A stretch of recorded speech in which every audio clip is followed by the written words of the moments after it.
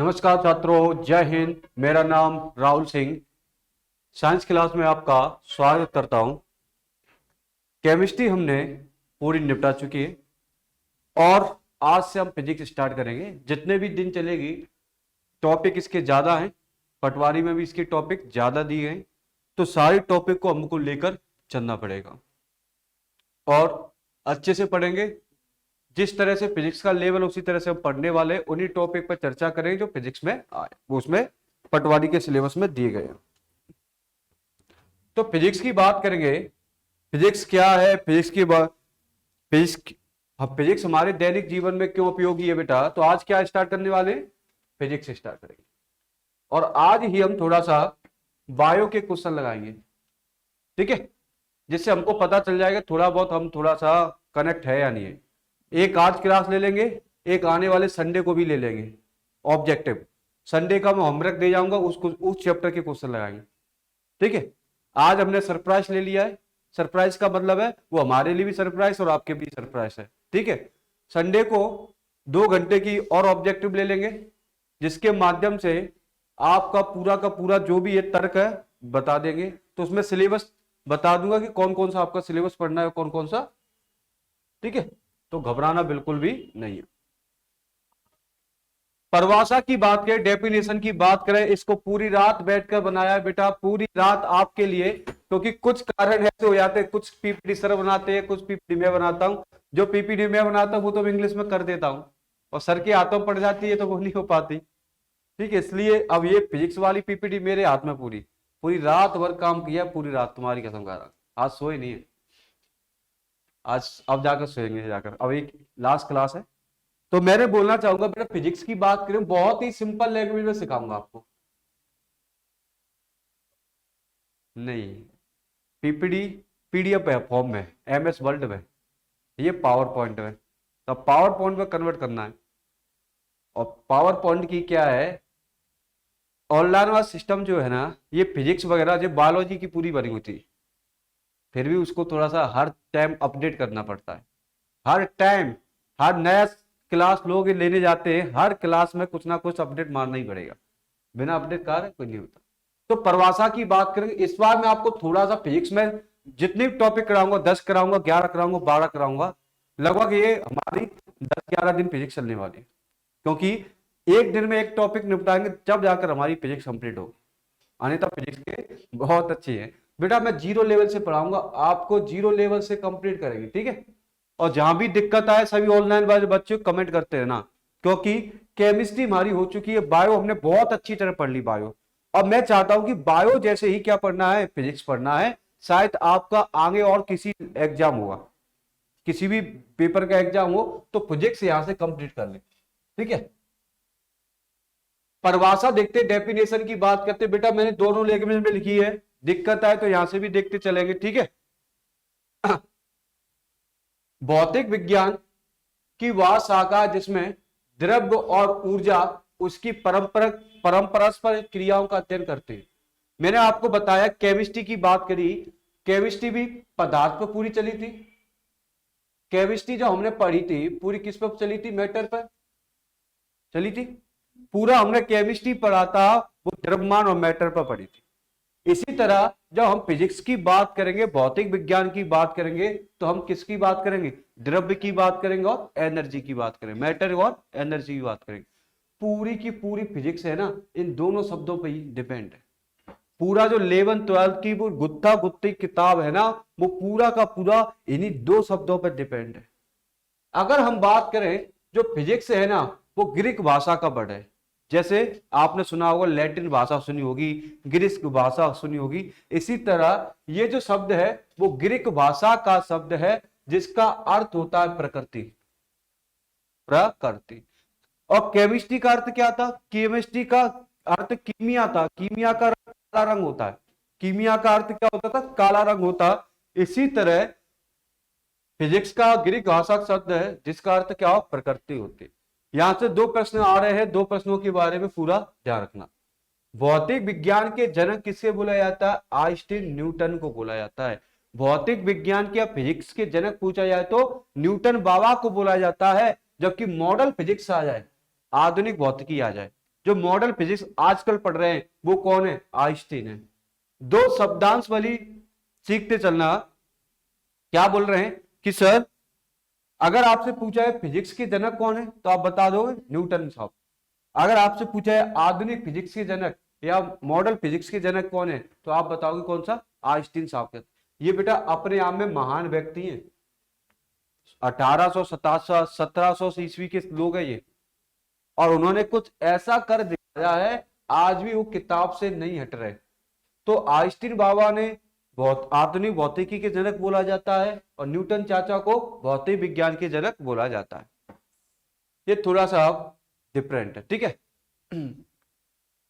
तो लिखा भी यहां पर Newton is the father of the physics, Albert Einstein the father of the modern physics, ठीक है।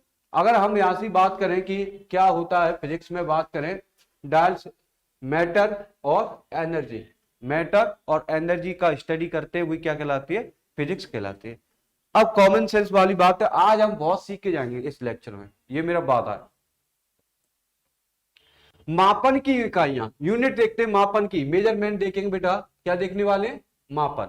अब बच्चों यहां से पूरा का पूरा दिमाग खोल दो, फिजिक्स मेरे साथ पढ़ रहे हो। अगर आपको फिजिक्स नहीं रटा थी मेरा नाम नहीं, बस शर्त है कि आप मेरे साथ पढ़ते रहना। मैंने बोला राशि क्या होती है, मापन क्या होती है, क्वांटिटीज क्या होती है, हर के शब्द लिखे इंग्लिश, सब पढ़ते रहो बच्चों, इंग्लिश भी लिखा है, सब कुछ लिखा है।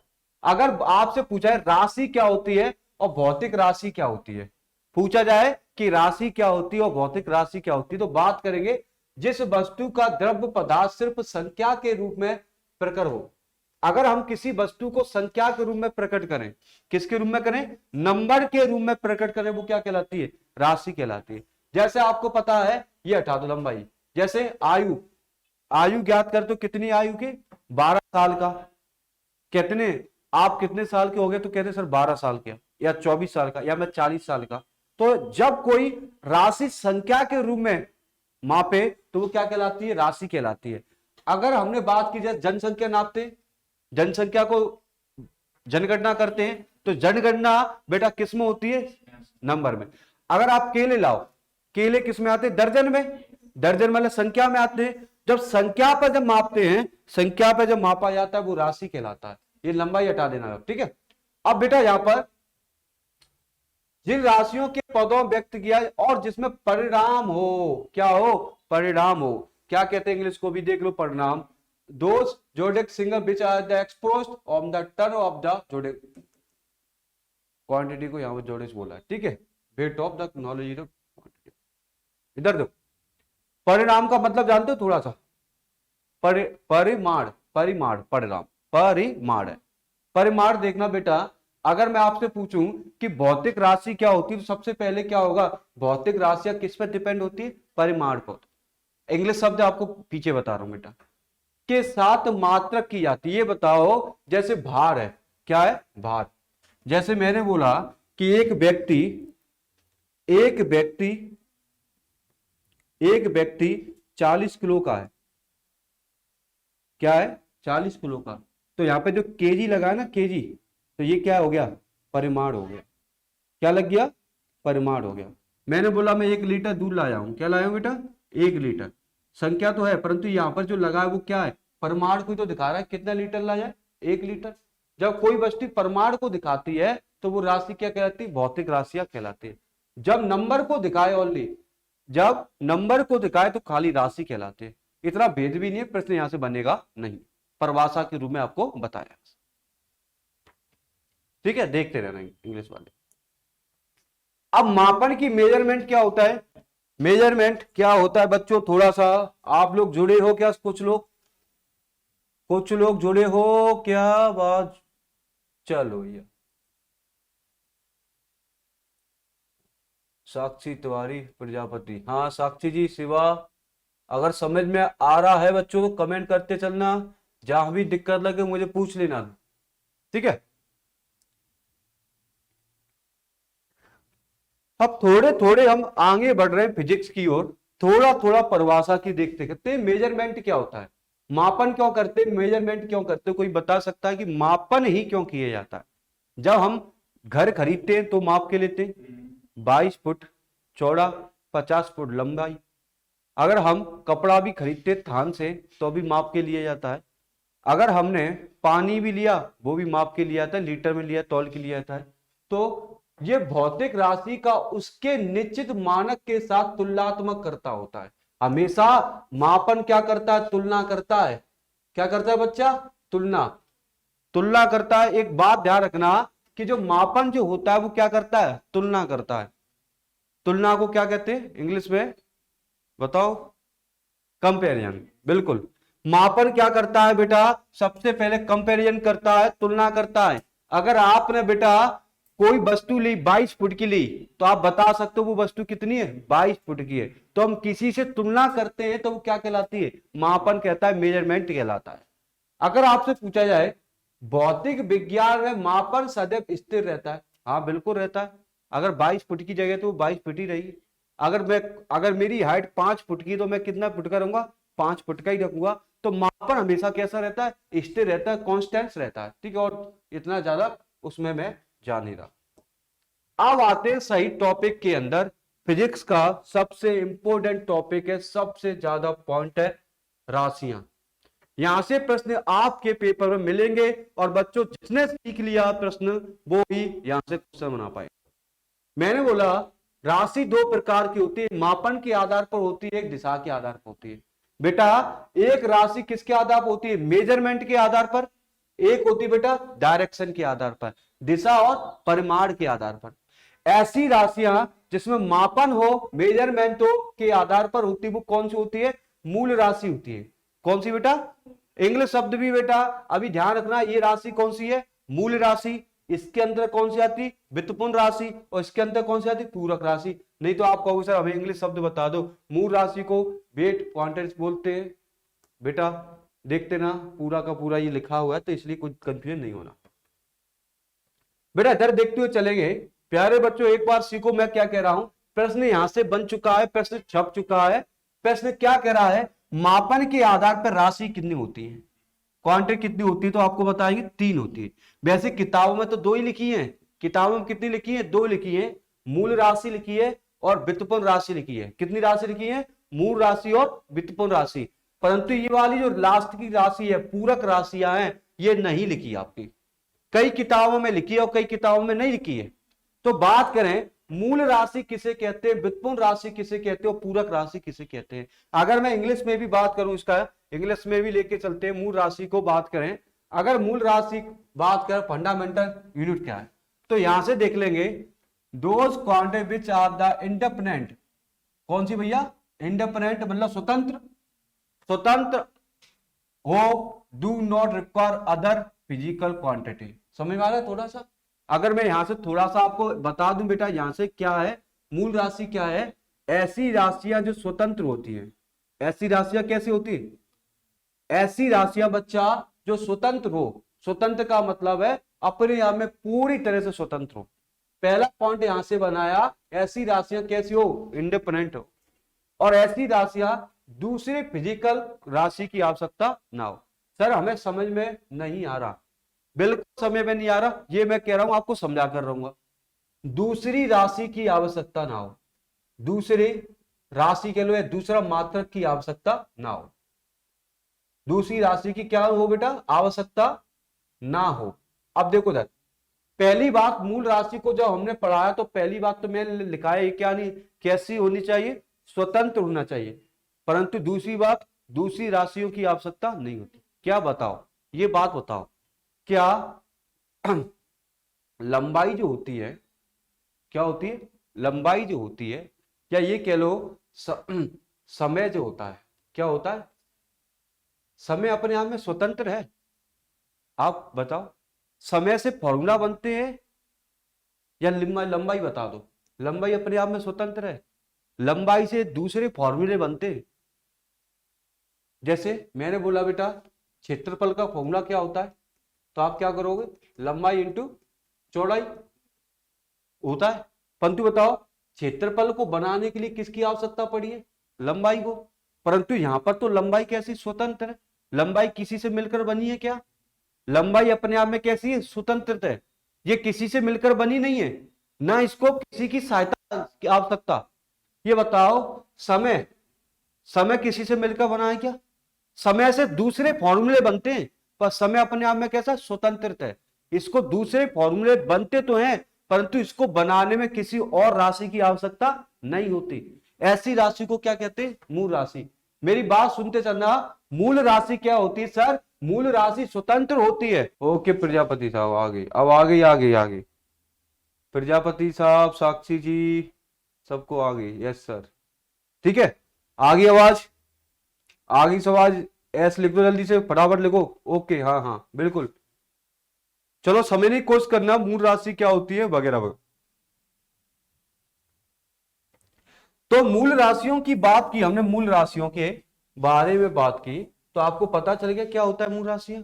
ये प्रश्न डायरेक्ट बनेंगे, पूछा जाएगा लेंथ कैसी लंबाई है, तो प्रश्न पूछा जाएगा कि जो लेंथ होती है, जो लेंथ है वो लेंथ कैसी है? मूल राशियां, temperature, mass, current, amount of substance, light intensity, ज्योति तीव्रता, ये सारे के सारे बच्चों याद कर लेना। ये सारे के सारे जो आपको बता रहे पेपर में आ चुके हैं।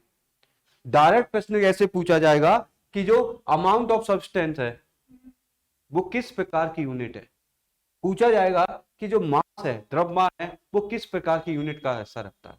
तो हमने क्या पढ़ी? मूल राशि फंडामेंटल यूनिट पढ़ी, तो आपको समझ में आ गया बेटा मूल राशियां क्या होती है, ठीक। अगर मैं वित्तमूल राशियों की बात करूं, किसकी बात करूं? वित्तमूल राशियों की, ठीक है। वित्तमूल राशियों की बात करता हूं, वित्तमूल राशियों की बात कर लेते हैं यहां पर। अगर यहां पर 2 से 3 चीज बताऊं ना, वित्तमूल राशियां जो होती है मूल राशियों से मिलकर बनी होती हैं। किससे बनी होती है? मूल राशियों से।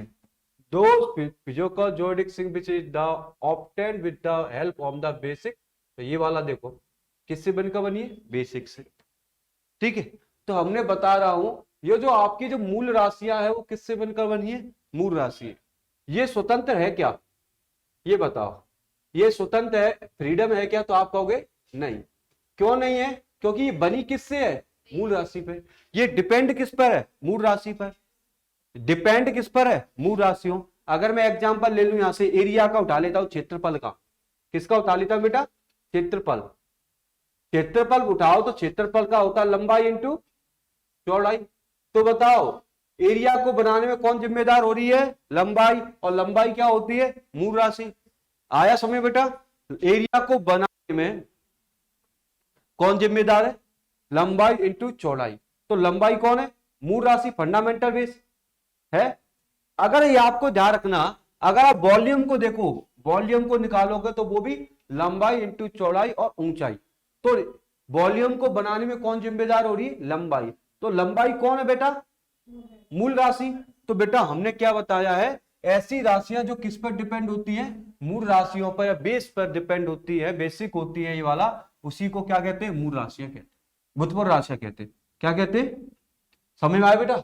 अब पेपर में कैसे आएगा? पेपर में डायरेक्ट पूछा जाएगा क्षेत्रफल कैसी राशि है।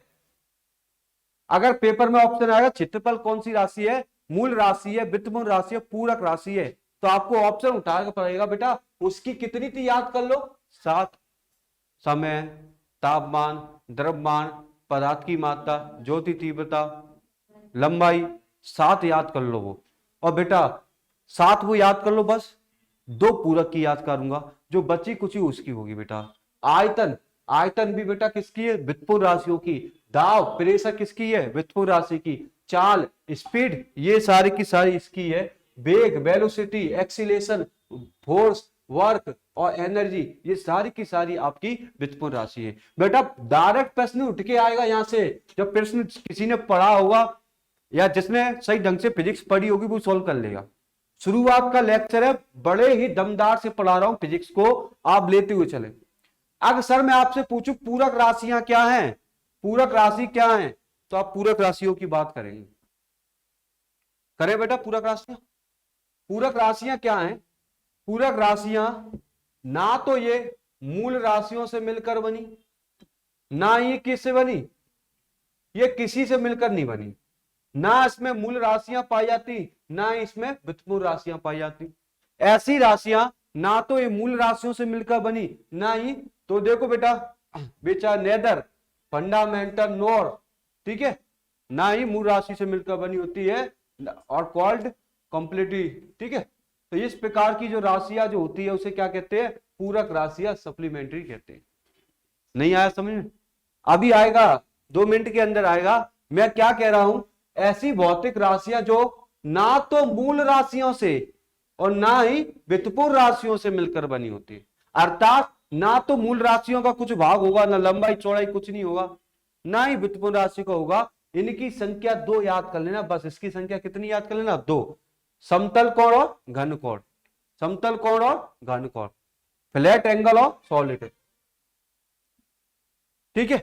अगर ये प्रश्न आपको पेपर में कैसे आएगा वो बता दूं बेटा। आपने क्या करना है बच्चा, मूल राशियों की संख्या कितनी है, 7, और व्युत्पन्न की याद मत रखो आप लोग, आप याद कर लो पूरक की, पूरक की कितनी याद कर लो, 2 याद कर लो, 7 और 2, जो भी कुछ बची होगी वास्तव में बीच में आप छोड़ देना। अगर मैं आपसे पूछूं पूरक राशियां कौन से, तो आप बताओगे समतल और घन कोण, समतल कोण और घन कोण होता है। और मूल राशियां कितनी थी, 7 याद कर लो। बाकी बची हुई राशियां क्या कहलाएंगी, व्युत्पन्न, क्या कहलाएगी बेटा। अभी 2 मिनट का समय दे रहा हूं सबको, सभी को 2 मिनट का समय दे रहा हूं ओनली। अगर किस बच्चे को प्रॉब्लम है वो मैसेज छोड़ दो, कमेंट कर दो, और मैं आपसे पूछने वाला हूं कि व्युत्पन्न राशि कौन सी है और मूल राशि उदाहरण। चलो याद हो गया। अगर मैं आपसे पूछना चाहता हूं थोड़ा सा बच्चों, अगर मैं आपसे थोड़ा सा पूछना चाहता हूं, थोड़ा सा अगर मैं आपसे पूछूं दाब, प्रेशर, मूल राशि या ड्राइव्ड या सप्लीमेंट, किसमें रखोगे, ड्राइव्ड। अगर मैं आपसे पूछू जाऊं जो समतल कोण है हमारा, फ्लैट एंगल है, वो किस में रखा जाएगा, किस में रखा जाएगा, सप्लीमेंट, पूरक में रखा जाएगा। अगर मैं आपसे पूछा जाए लेंथ किस में आएगी, अगर मैं आपसे पूछूं लाइट इंटेंसिटी की ज्योति तीव्रता किस में आएगी, मूल राशि में आएगी। ये सारी चीज आपको याद होनी चाहिए बच्चों, यहीं से प्रश्न बन जाता है। जब एंगल छोटा आता है, पेपर थोड़ा सा सिंपल भी आया और टफ भी आया, तो बच्चे इसको पढ़ के नहीं जाते। आपने पढ़ा है बिमी सूत्र 11th में, बिमी सूत्र मैं बताऊंगा, बनाना सीखूंगा इस बार, आबकारी विभाग में बिमी सूत्र आ रहे हैं, ठीक है, वही बनाना सीखें। अब वेक्टर स्केलर पढ़ लो बेटा, ठीक है, ये वाली राशियां, कोई दिक्कत। तो सबसे पहले यहां पर देखना पड़ेगा कि सदिश राशि क्या होती है, वेक्टर राशि पहले पढ़ते, ठीक है। अगर पूछे वह भौतिक राशियां जिसको व्यक्त करने के लिए परिमाण, परिणाम और समय दोनों लगता है, क्या लगता है, परिणाम और समय दोनों लगता है, या ये भी कह सकते हो जिसमें दिशा की आवश्यकता होती है, जिसमें परिणाम की आवश्यकता है, इसमें दिशा लगा लो, समय की बंदे क्या लगा लो, दिशा। क्योंकि यहां पर यही तो प्रश्न था, यही तो प्रश्न उठा रहे थे आप लोग कि दिशा और परिमाण के आधार पर कितनी राशियां बेटा, वेक्टर और स्केलर, 2 राशियां थी। तो हमने बताना है अब दिशा और परिमाण के आधार पर पढ़नी है सदिश और अदिश। हमने मापन के आधार पर तीनों को कंप्लीट कर लिया है, ठीक है बेटा। और डायरेक्शन और क्वांटिटी के आधार पर हम पढ़ना स्टार्ट करते हैं। अब बेटा पहला सदिश रखते हैं, इधर देखना, सदिश का मतलब है, आप थोड़ा सा ध्यान रखना, इंग्लिश में भी पहले एक बार पढ़ लेते बच्चों, फिर इंग्लिश में भी यहां पर देख लो बेटा। सदिश राशि to express the physical quantity both the result and the time are required be call them vector, ठीक है। इसमें क्या आएगा आपको पता है, समय, समय को मैं यार दिशा मान लेता हूं, डायरेक्शन मान लेता हूं, क्या मान लेता हूं, दिशा। और हमेशा क्या आएगा, क्वांटिटी। परिणाम आएगा बेटा, क्या आएगा, परिमाण आएगा या परिणाम। चलो बेटा सर हमने ये तो देख लिया टाइम और क्वांटिटी के हिसाब से पढ़ने वाले, पर हम पढ़ेंगे कैसे सर, देखो सर ये देखना पड़ेगा कि पढ़ेंगे कैसे। तो हमने यहाँ पर क्वांटिटी के आधार पर, टाइम के आधार पर देख रहे हैं। तो हमने सदिश राशि होती क्या है, वेक्टर क्या है, तो जिसमें बेटा इसमें कौन होगा, परिमाण होगा या परिणाम होगा, और बेटा कौन होगा, दिशा। मेरी बात ध्यान पूर्वक सुन लेना आप लोग, ये फिजिक्स है, एक बार समझ में बैठ गई ना तो वो बैठ जाएगी, अगर एक बार नहीं बैठी ना तो वो बैठेगी नहीं, मैं इसलिए कह रहा हूं सर सदिश राशि को सदिश राशि क्यों कहते हैं, क्योंकि इसमें क्वांटिटी परिमाण और क्या चाहिए, डायरेक्शन अर्थात टाइम चाहिए। अगर परिमाण आया है या दिशा आया है तो वो कौन सी राशि कहलाती है, सदिश आ जाती है। अगर क्वांटिटी के आधार पर और हम डायरेक्शन के आधार पर कहना है तो वो कौन सी राशि के लिए, सदिश है। ऐसी राशियां जिसमें परिमाण हो और दिशा हो दोनों होती है उसे क्या कहते हैं, वेक्टर कहते हैं। अब सर हमें तो पता नहीं सर वेक्टर क्या, उसमें परिमाण क्या है या ये बताओ सर। चलो बल का इस्तेमाल करता हूं, सबसे पहले बल का, ठीक है बच्चों, अब समझ में आना स्टार्ट होगा आपका। अगर मैं आपसे पूछूं परिमाण के बारे में बात करूं, किसके बारे में, पर इसके वेक्टर की बात करूं, मैंने सबसे पहले बल लिया है, क्या लिया है, बल। तो बेटा बल लिया है तो इसको पेन को फेंक रहा हूं, क्या कर रहा हूं, पेन को फेंकूंगा। ये पेन 10 मीटर की दूरी पे गिरा, सीखो दर। इस पेन को मैंने, यहां पर मैं खड़ा हूं बेटा, इस पेन को फेंका तो ये पेन कितने मीटर पर गिर गया, 10 मीटर पर गिरा, गिरा। तो बताओ इधर देखना, इधर अब आप बता सकते हो ये पेन रख गया, ये पेन गिर गया, पेन गिर गया। आप बता सकते हो कि सर इसका परिमाण कितना है, तो आप क्या बताओ, 10 मीटर। कितनी दूरी पे गिरा है, परिमाण। आपने कितनी रोटी खाई तो वो आपकी क्वांटिटी पे निर्भर करती ना। आपने 10 रोटी खाई तो आपकी क्या है, क्वांटिटी है, आपका परिमाण है। ऐसे ही यहां से मैंने पेन को फेंका तो पेन कितने मीटर पे गिरा, 10 मीटर पे, तो परिमाण कितना हो गया, 10।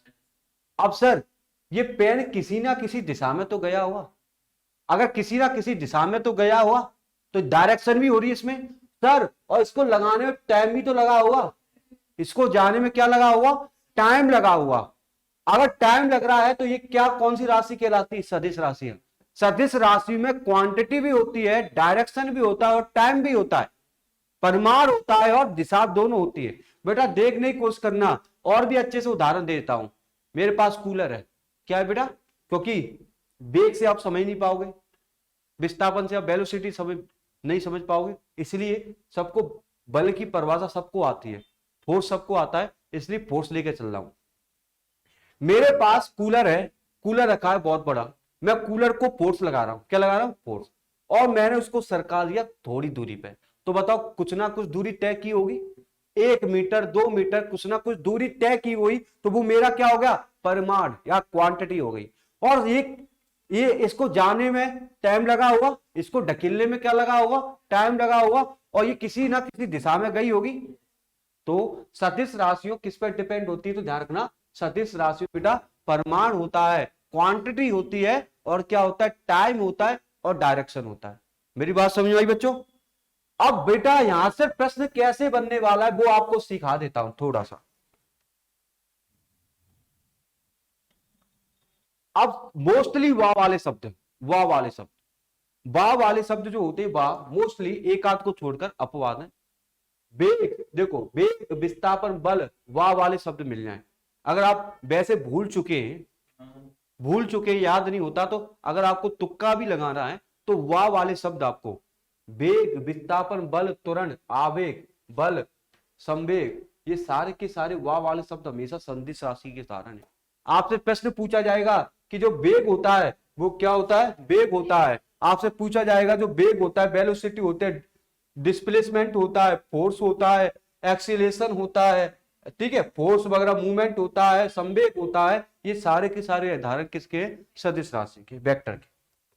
वेग, देखो अगर मैं पूछूं वेग तो क्या आंसर लगाओगे, वेक्टर।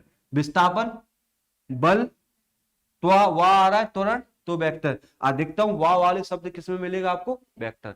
देख लेना बेटा, अगर मैं आपसे पूछूं स्केलर वाली इसकी बात करूं, इसकी अदिश राशि की बात करूं, क्या मेरी बात आपको समझ में आएगी, सदिश राशि क्या होती है, आप भूल पाओगे क्या सदिश राशि को।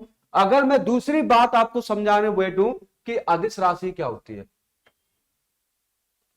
इंग्लिश में क्या कहते हैं, स्केलर। अगर मैं आपसे पूछूं ऐसी राशियां जिसमें ओनली क्वांटिटी आए, क्या है, परिणाम आए, दिशा नहीं आए, ऐसी राशियां जिसमें क्या है, परिणाम आता हो बस, दिशा नहीं आता, और ये कैसी राशियां कहलाती है, अदिश राशियां कहलाती है। कैसी राशियां कहलाती है, अदिश राशियां कहलाती है। आप सर कहोगे सर हमें कैसे पता चलेगा से अदिश राशि है। अब सबसे पहले मैं आपको ऊर्जा की बात कर लेता हूं। किसकी बात करता हूं? आप लकड़ी को जलाओ, क्या जलाओ? लकड़ी को जलाओगे तो आपने 5 किलो लकड़ी जलाई, तो आपको पता चल जाता है कि 5 किलो लकड़ी जलाने पे इतनी ऊर्जा मिली। क्वांटिटी पता चलेगी कि आप ये देख लो, गैस ही जला दो, गैस 5 किलो सिलेंडर आता है, तो आपकी उसकी क्वांटिटी पता है 5 किलो है, पर जब वो जलती है कहां जाती पता है आपको? उसका डायरेक्शन पता है क्या आपको? दिशा पता है क्या उसको? जब उसकी ओनली हमें उसको क्या पता है? परिणाम पता है, क्वांटिटी पता है। समझ में आया क्या बेटा? जब हमने गैस को जलाया, ऑन किया, तो 5 किलो का सिलेंडर पूरा भरा था, तो हमको उसका क्वांटिटी पता है। जब उनको जलाने के बाद उसकी जो हमें डायरेक्शन पता है क्या? नहीं पता। जब ओनली क्वांटिटी आए, परिणाम आए, उसी को क्या कहते हैं? अदिश राशि कहते हैं। बेटा आपको बता दूं, द्रव्यमान हो गई, चाल होगा, आयतन, कार्य, समय, ऊर्जा, बेटा ये तो कम से कम याद कर ही लो। वैसे हाँ, जैसे आपको बता दूं, चाल, स्पीड, स्पीड में मोस्टली क्या होता है? डायरेक्ट से परिणाम होता है कि इतने किलोमीटर गया, इतना किलोमीटर जाने पे इतना निकलेगा, क्या होता है? और परिणाम होता है। ठीक है, तो ये याद कर लो। वाह वाले शब्दांश हमने यहां से कंप्लीट कर लिए जाते, और यहां से याद कर लो द्रव्यमान हो गया। अब आप सोच रहे ये वाह लगाए, द्रव्यमान, चाल, आयतन, कार्य, समय, ऊर्जा, ये सारे के सारे कौन सी राशि में आते? स्केलर में आते, अदिश राशि में आते। बेटा डायरेक्ट अंतर पूछा जाएगा कि आपसे डायरेक्ट पूछा जाएगा कि ऊर्जा किस प्रकार की यूनिट है या क्वांटिटी है, तो आपको स्केलर है। आपसे पूछा जाएगा तो जो फोर्स होता है वो कौन सा है? वेक्टर। ये याद करते हुए चलना बच्चों, याद। अगर मैं आपसे पूछा जाऊं एसआई पद्धति, स्टैंडर्ड यूनिट, एसआई पद्धति को क्या कहते हैं? स्टैंडर्ड यूनिट, अंतरराष्ट्रीय पद्धति। एसआई पद्धति में मूल मात्रक की संख्या कितनी होती? 7। जो आपको पढ़ाने वाला हूं आगे, ठीक है। देखेंगे मूल राशि कौन कौन सी थी बेटा? 7 थी।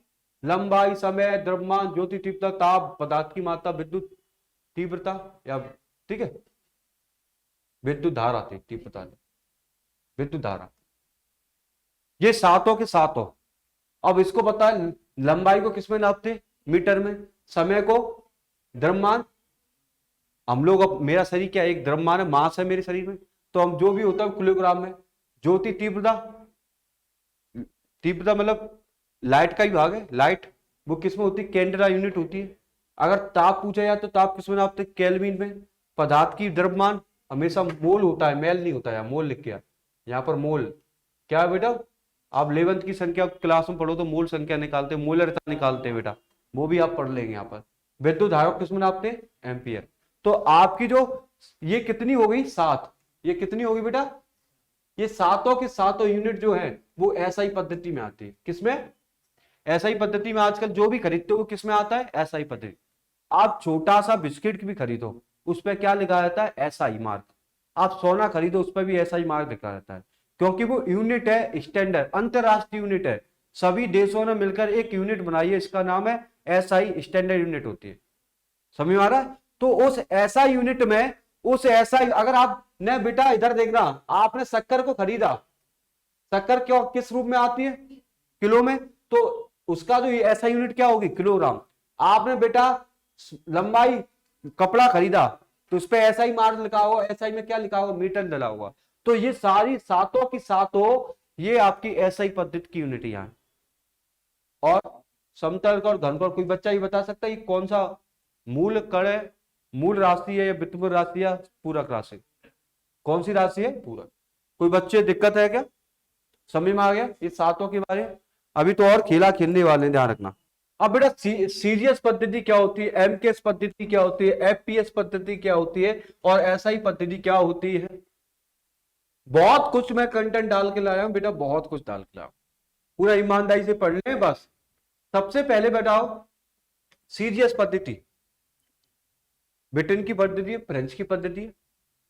इसे बेटा फ्रेंच या मैट्रिक पद्धति भी कहते हैं। फ्रेंच में पहले सीरियस पद्धति चलती थी, अब तो ऐसा ही बेटा चलती थी वहां पर। बेटा यहाँ पर सीरियस का मतलब क्या होता है? CGS। सीरियस मतलब सेंटीमीटर, G मतलब ग्राम, और बेटा S मतलब सेकेंड। वहां पर क्या करते थे कि जो लंबाई जो होती थी, लंबाई को हम किस में नापते हैं, सीजीएस पद्धति में लंबाई को किस में नापते हैं, हम लोग लंबाई में, हम लोग क्या करते हैं, लंबाई को नापते हैं। परंतु जो सीजीएस पद्धति थी वो क्या थी, लंबाई को सेंटीमीटर में। हम लोग अभी द्रव्यमान को किलोग्राम में नाप रहे हैं। इसको द्रव्यमान किस में नापते हैं, ग्राम में। समय को, ये छोटी यूनिट है, कौन सी पद्धति, छोटी पद्धति। तो इसका नाम क्या होता है, सेंटीमीटर ग्राम सेकंड पद्धति। तो प्रश्न यही बन सकता है कि सीजीएस पद्धति में द्रव्यमान को किसमें नापा जाता है, मास को किसमें यूनिट किया जाता है, तो ग्राम में। सीजीएस पद्धति में पूछा जाता है समय को किसमें यूनिट किया जाता है, सेकंड में। परंतु यह भी पूछा जा सकता है कि इसे फ्रेंच और मीट्रिक पद्धति भी कहते हैं। क्या कहते हैं, फ्रेंच और मीट्रिक पद्धति भी कहते हैं। बात समझ में आ गया। अगर यहां पर ऐसो बेटा इधर देखना, छोटे लेवल सी को बेटा प्रश्न यहीं से बनते हैं, जब बनते हैं ना तो फिर गलत करते हो, एम केस पद्धति। यहां पर देख लो, एम मतलब कौन हो गया, मीटर, के मतलब किलोग्राम, एस मतलब सेकेंड। तो यहां पर लंबाई को किसमें नापेंगे, मीटर में, और द्रव्यमान को किलोग्राम में, और समय हमेशा किसमें होगा, सेकंड में। अगर मैं आपसे पूछ जाऊं एफ पी एस पद्धति, फुट पाउंड सेकंड, तो यहां पर लंबाई को किसमें नापते हैं, फुट में, पी को किसमें, द्रव्यमान को पाउंड में, और समय हमेशा सेकंड में। ये ब्रिटिश पद्धति है बेटा। एपीएस पद्धति आजकल कहां है, ब्रिटिश पद्धति है। आपको बता दें, लंबाई को किसमें नापेंगे, फुट में, जबकि द्रव्यमान को पाउंड में, और बेटा समय को सेकंड में। समय हमेशा सेकंड में ही नप रहा है, तीनों में तीन। समय हमेशा किसमें नप रहा है, सेकंड में। एमकेएस और सीजीएस पद्धति को देखो याद आ चुका बेटा। एमकेएस पद्धति और कौन सी पद्धति, सीजीएस पद्धति को मीट्रिक और डेसिमल पद्धति भी कहते हैं। ये डेसिमल पद्धति वाला क्वेश्चन आएगा, डेसिमल वाला, कि डेसिमल पद्धति या यूनिट किसे कहते हैं। समझने की कोशिश करना बच्चा। डेसिमल यूनिट किसे कहते हैं या मैट्रिक यूनिट किसे कहते हैं, तो एमकेएस को कहते हैं और सीजीएस को कहते हैं।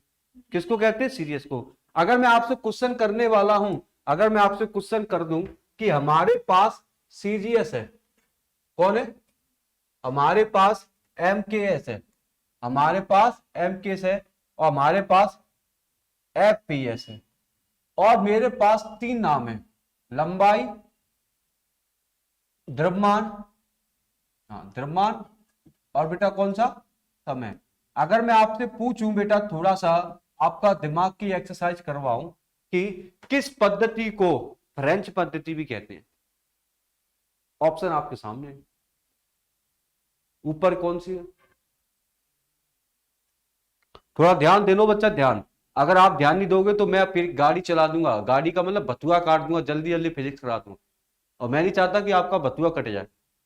वो सब मेरे हाथ में, एडिट करना क्या है, मेरे हाथ में। तो बेटा जितना ज्यादा समझोगे ना उतनी मेरी एनर्जी आएगी। और आप समझने की कोशिश करना, अभी मैंने बताया कि किस पद्धति को फ्रेंच पद्धति कहते हैं, तो आप जल्दी लिख दो, चलो कौन सी होती है, सीजीएस। अगर मैं आपसे पूछा जाऊं कि किस पद्धति में लंबाई को फुट में नापा, लंबाई को फुट में नापा जाता है, एपीएस। बेटा किस पद्धति में द्रव्यमान को किलोग्राम में नापा जाता है, एमकेएस। तो आप बना लो सॉल्व। किसी भी तरह से प्रश्न आया बेटा, जब प्रश्न आएगा सीधा नहीं आएगा, अभी तो सीधा सीधा बोल रहा हूं, वो कोई ना कोई टर्म घुमा देगा या कोई एग्जाम्पल लेकर घुमा देगा, आलू का, बैगन का, कुछ भी लेकर एग्जाम्पल घुमा देगा। पर आप ध्यान रखना, अगर सीरियस लिखी है तो ये पॉइंट याद करना, लंबाई सेंटीमीटर में, द्रव्यमान ग्राम में। अगर आप ये क्वेश्चन ध्यान रखते हो तो आप सही कर लो। किस पे सीधा तो देगा नहीं, वो घुमा कर देगा। ऐसा ही पद्धति की बात करें, इसे अंतरराष्ट्रीय पद्धति कहते हैं, ठीक है, इंटरनेशनल यूनिट। बेटा जो एमकेएस का ही क्या रूप है, सुधरा हुआ है। तो सीजीएस पद्धति जो आई थी ना, वो एमकेएस पद्धति को ही सुधार कर क्या बनाई गई है, सीजीएस ऐसा ही पद्धति बनाई गई। तो बेटा सीखने की कोशिश करना, एमके ऐसा ही पद्धति किसका सुधारा रूप है, एमकेएस पद्धति का, जिसमें कितने मात्रक है, मूल 7। तो 7 मूल मात्रक किस में आ रहे हैं, एसआई पद्धति में आ रहे हैं, इंटरनेशनल यूनिट में आ रहे हैं। और आपसे पूछा जाए कि एसआई पद्धति जो है वो किसका सुधरा हुआ रूप है, जिसका एमकेएस पद्धति। मेरी बात समझ में आ रही बेटा। प्रश्न जहां से बनेंगे, प्रश्न बनेंगे, इसलिए चिल्लाकर कह रहा हूं। ये फिजिक्स का जंजाल है बच्चा, फिजिक्स का जंजाल है। जितना अंदर जाओगे उतना कंफ्यूजन होगे आप लोग, पर मैं नहीं चाहता कि आप कंफ्यूजन हो, क्योंकि एक बार पढ़ने के बाद आप दोबारा रिवीजन करो। मैंने बोला सर स्टैंडर्ड यूनिट जो थी ना, वो किसका रूप है? एमकेएस पद्धति को सुधारा गया। एमकेएस पद्धति को सुधारकर नया कौन लाया गया? एसआई पद्धति। एसआई पर एमकेएस पद्धति में कितनी यूनिट थी? 3 थी, लंबाई, द्रव्यमान, समय। जबकि एसआई यूनिट में कितनी है? लंबाई, द्रव्यमान, ताप, ज्योति तीव्रता, पदार्थ की मात्रा, लंबा समय, ये 7 यूनिट मिलाई थी एसआई पद्धति में। क्या मेरी बात आपको समझ में आ चुकी है? बहुत बढ़िया, ठीक है। इस वाली बात तो एसआई पद्धति में मात्रक न्यूटन होता है। क्या होता है? मात्रक। कार एसआई पद्धति, ये तो बल का मात्रक, बल का सीरीज पद्धति मात्रक क्या होता है? डाइन होता है। जबकि एसआई पद्धति में न्यूटन। उसकी चर्चा आगे कर लेंगे, ये चैप्टर बाय चैप्टर चल रहा है। अब वो अंतरराष्ट्रीय पद्धति के बारे में पूरी रामायण लिखी है। यहाँ पर क्या लिखी है? पूरी रामायण लिखी है कि भौतिक राशियों की संख्या ज्यादा ना हो, इसलिए इनको व्यक्त करने के लिए एसआई सिस्टम, कौन सा सिस्टम? एसआई सिस्टम का अपनाया गया। इस पद्धति के अनुसार जो मात्रक दूसरे से स्वतंत्र होते हैं और जिन्हें बदला नहीं जा सकता, मूल मात्रक कहा जाता है। समझ आ रहा है बेटा? 1971 में अंतरराष्ट्रीय स्तर पर ही सभी देशों के वैज्ञानिक प्रतिनिधि ने राशियों को मूल राशियों के रूप में स्वीकार किया। तो 1971 में मूल राशियों को एसआई राशि में, एसआई पद्धति में यूनिट में रख दिया गया। बस वही देखो, ये सातों के सातों एसआई यूनिट है और सातों के सातों मूल राशि है। ठीक है, तो लंबाई का मात्रा, मीटर, तापमान, केल्विन, विद्युत धारा, ये सारे के सारे मूल राशि वही एसआई पद्धति में का। कि मेरी बात समझ में आ गई? ठीक ठीक समझ। अब फर्मी क्या होता है, एंगस्ट्रॉन क्या होता है, माइक्रोन क्या होता है, इन चीजों पे भी चर्चा करने वाला। इससे पहले थोड़ी सी और चर्चा कर लेते हैं, जानकारी भी ले लेते हैं आपकी। क्या ले लेते हैं? जानकारी भी लेते हैं। अगर आपसे पूछा जाए फर्मी क्या होती है, एंगस्ट्रॉन क्या होता है, माइक्रोन क्या होता है, प्रश्न आने वाले, बताने वाला। फर्मी का उपयोग लंबाई का सबसे छोटा मात्रक है। लंबाई को किसमें नापते? मीटर में। तो लंबाई को मापने का सबसे छोटा यंत्र कौन होता है? फर्मी होता है, जिसका उपयोग परमाणु की नाभिक में इलेक्ट्रॉन, प्रोटॉन आदि के आकारों को व्यक्त करने के लिए किया जाता है। फर्मी जो है ना बेटा, कौन है? फर्मी। फर्मी जो है ना, it is the smallest unit of length.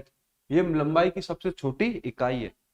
इसका उपयोग किसमें करते हैं बेटा? न्यूक्लियस में electron, proton and atom use the express. अर्थात न्यूक्लियस की लंबाई, इलेक्ट्रॉन की लंबाई और प्रोटॉन की लंबाई को मापने के लिए फर्मी का उपयोग करते हैं। क्या इलेक्ट्रॉन को मीटर में नाप सकते हैं? कहां नापोगे? इलेक्ट्रॉन इतना बड़ा थोड़ी होता है, इलेक्ट्रॉन तो दिखता भी नहीं है। क्या आप प्रोटॉन को इतनी बड़ी छड़ी से नापोगे? नहीं।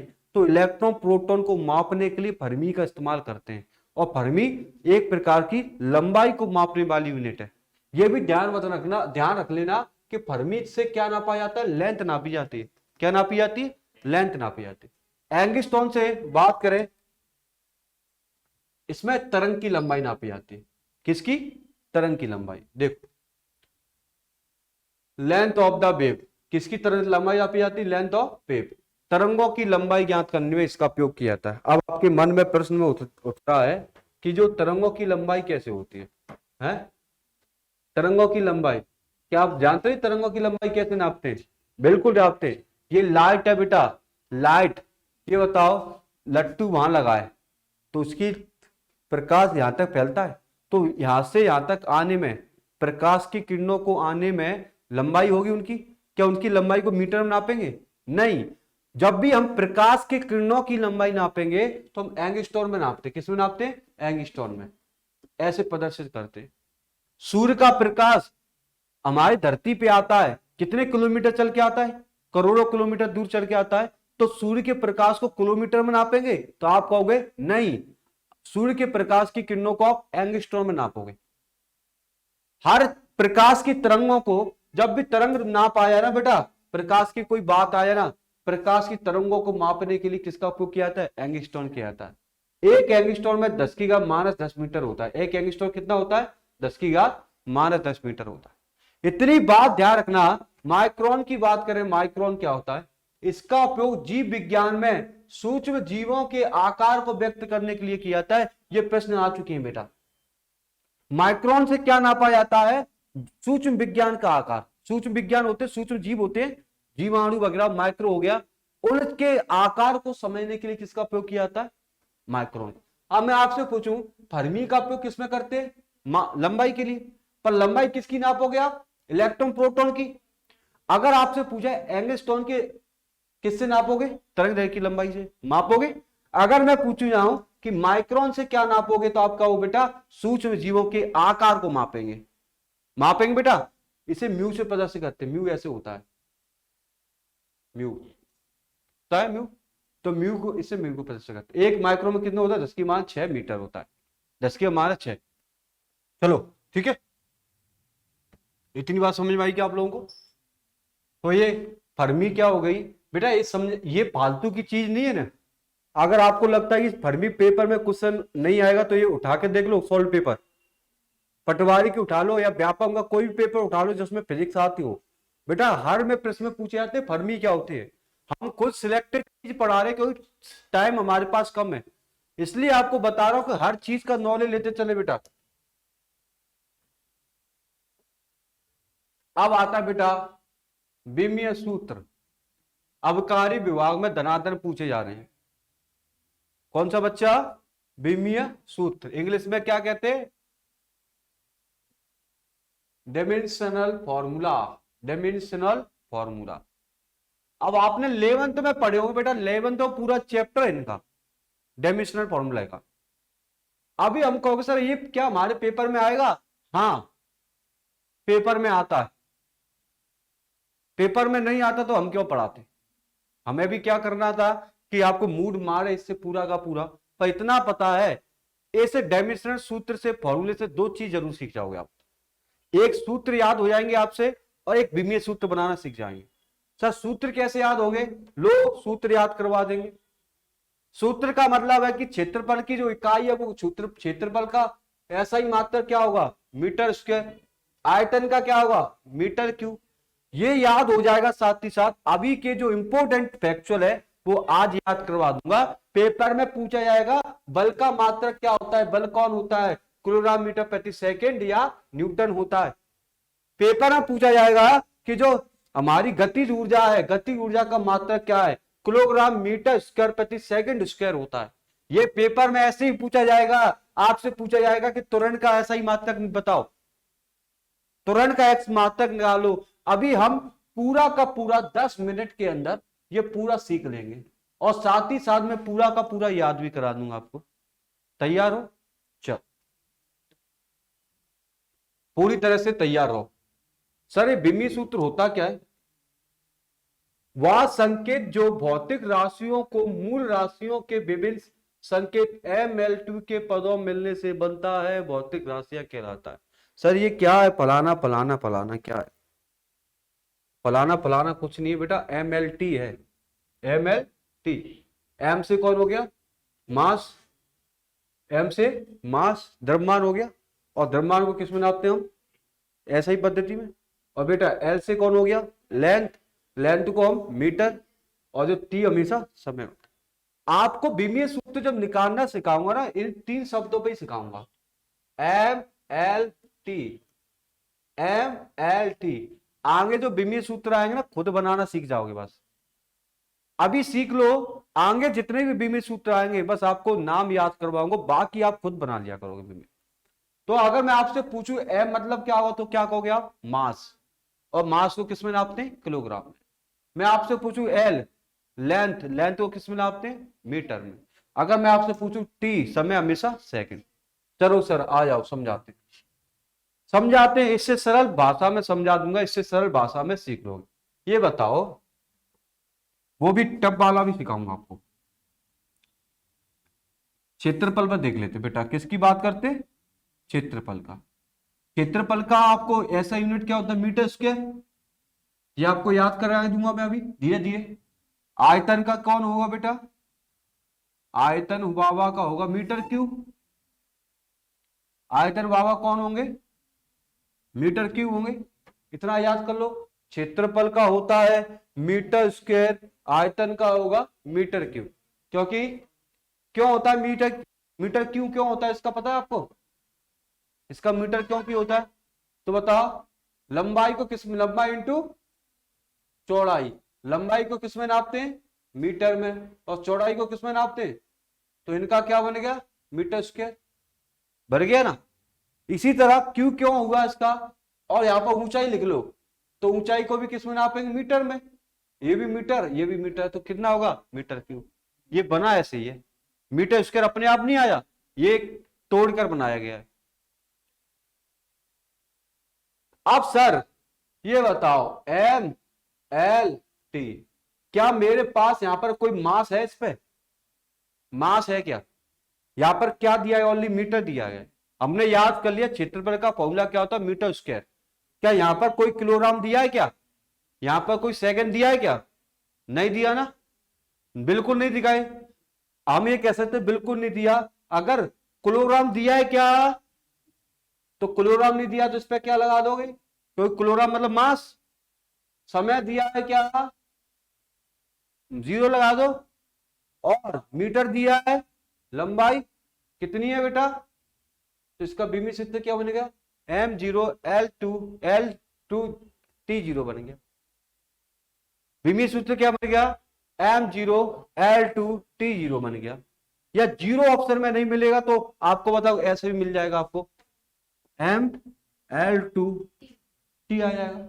ये भी आपको कहीं ना कहीं ऐसे टकरा जाएगा, पर बनता ऐसे ही है। समझ में आया बच्चों? बच्चों एक बार कमेंट कर देना मुझे, अगर आपको एक बार समझ में बीमीय सूत्र आया है क्या।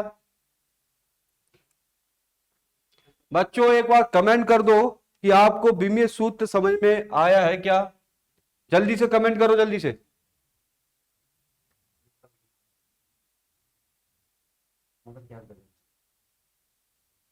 जल्दी से बचाओ, बताओ जल्दी से जल्दी।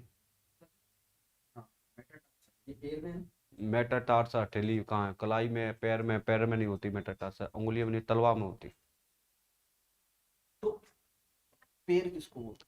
पैर पे टकना हुआ, जिन टकना वगैरह होते हैं यहाँ पर। पैर ये पूरा यहाँ से चलते हैं।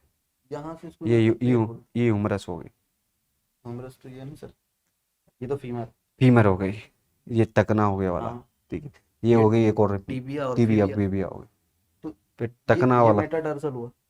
मेटाटार्सल ये वाला होता है। सॉरी सॉरी, वो टार्सल हुआ। टार्सल हो गया, और उसके नीचे वाला मेटाटार्सल, तो उसको तलवा बोले तलवा वाला। कि पाँव बोले? तलवा। वो टांग आ गई तो। टांग फांग भूल जाओ, इसी पर तलवे को याद करो, टांग नहीं आती इसमें। हाँ यार, ये तो कंफ्यूजन वाला क्वेश्चन है। इसलिए कंफ्यूज नहीं, तलवा ही आएगा बस। तलवा, हम तलवा ही बता रहे थे। और मैं तलवा से किसको समझता? सिर्फ वो नीचे का है हील। चलो तो बच्चों यार मुझे लगता है कि आप लोगों को समझ में आ गया, M0L0T0 वगैरह कहानी आपको समझ में आ चुकी है। ठीक है, अगर मैं आपको मीटर क्यू की बात करूं, ये वाला प्रश्न उठा लेता हूं, ये वाला प्रश्न उठा लेता हूं मैं, ये वाला तो बताओ MLT लिख दिया भैया।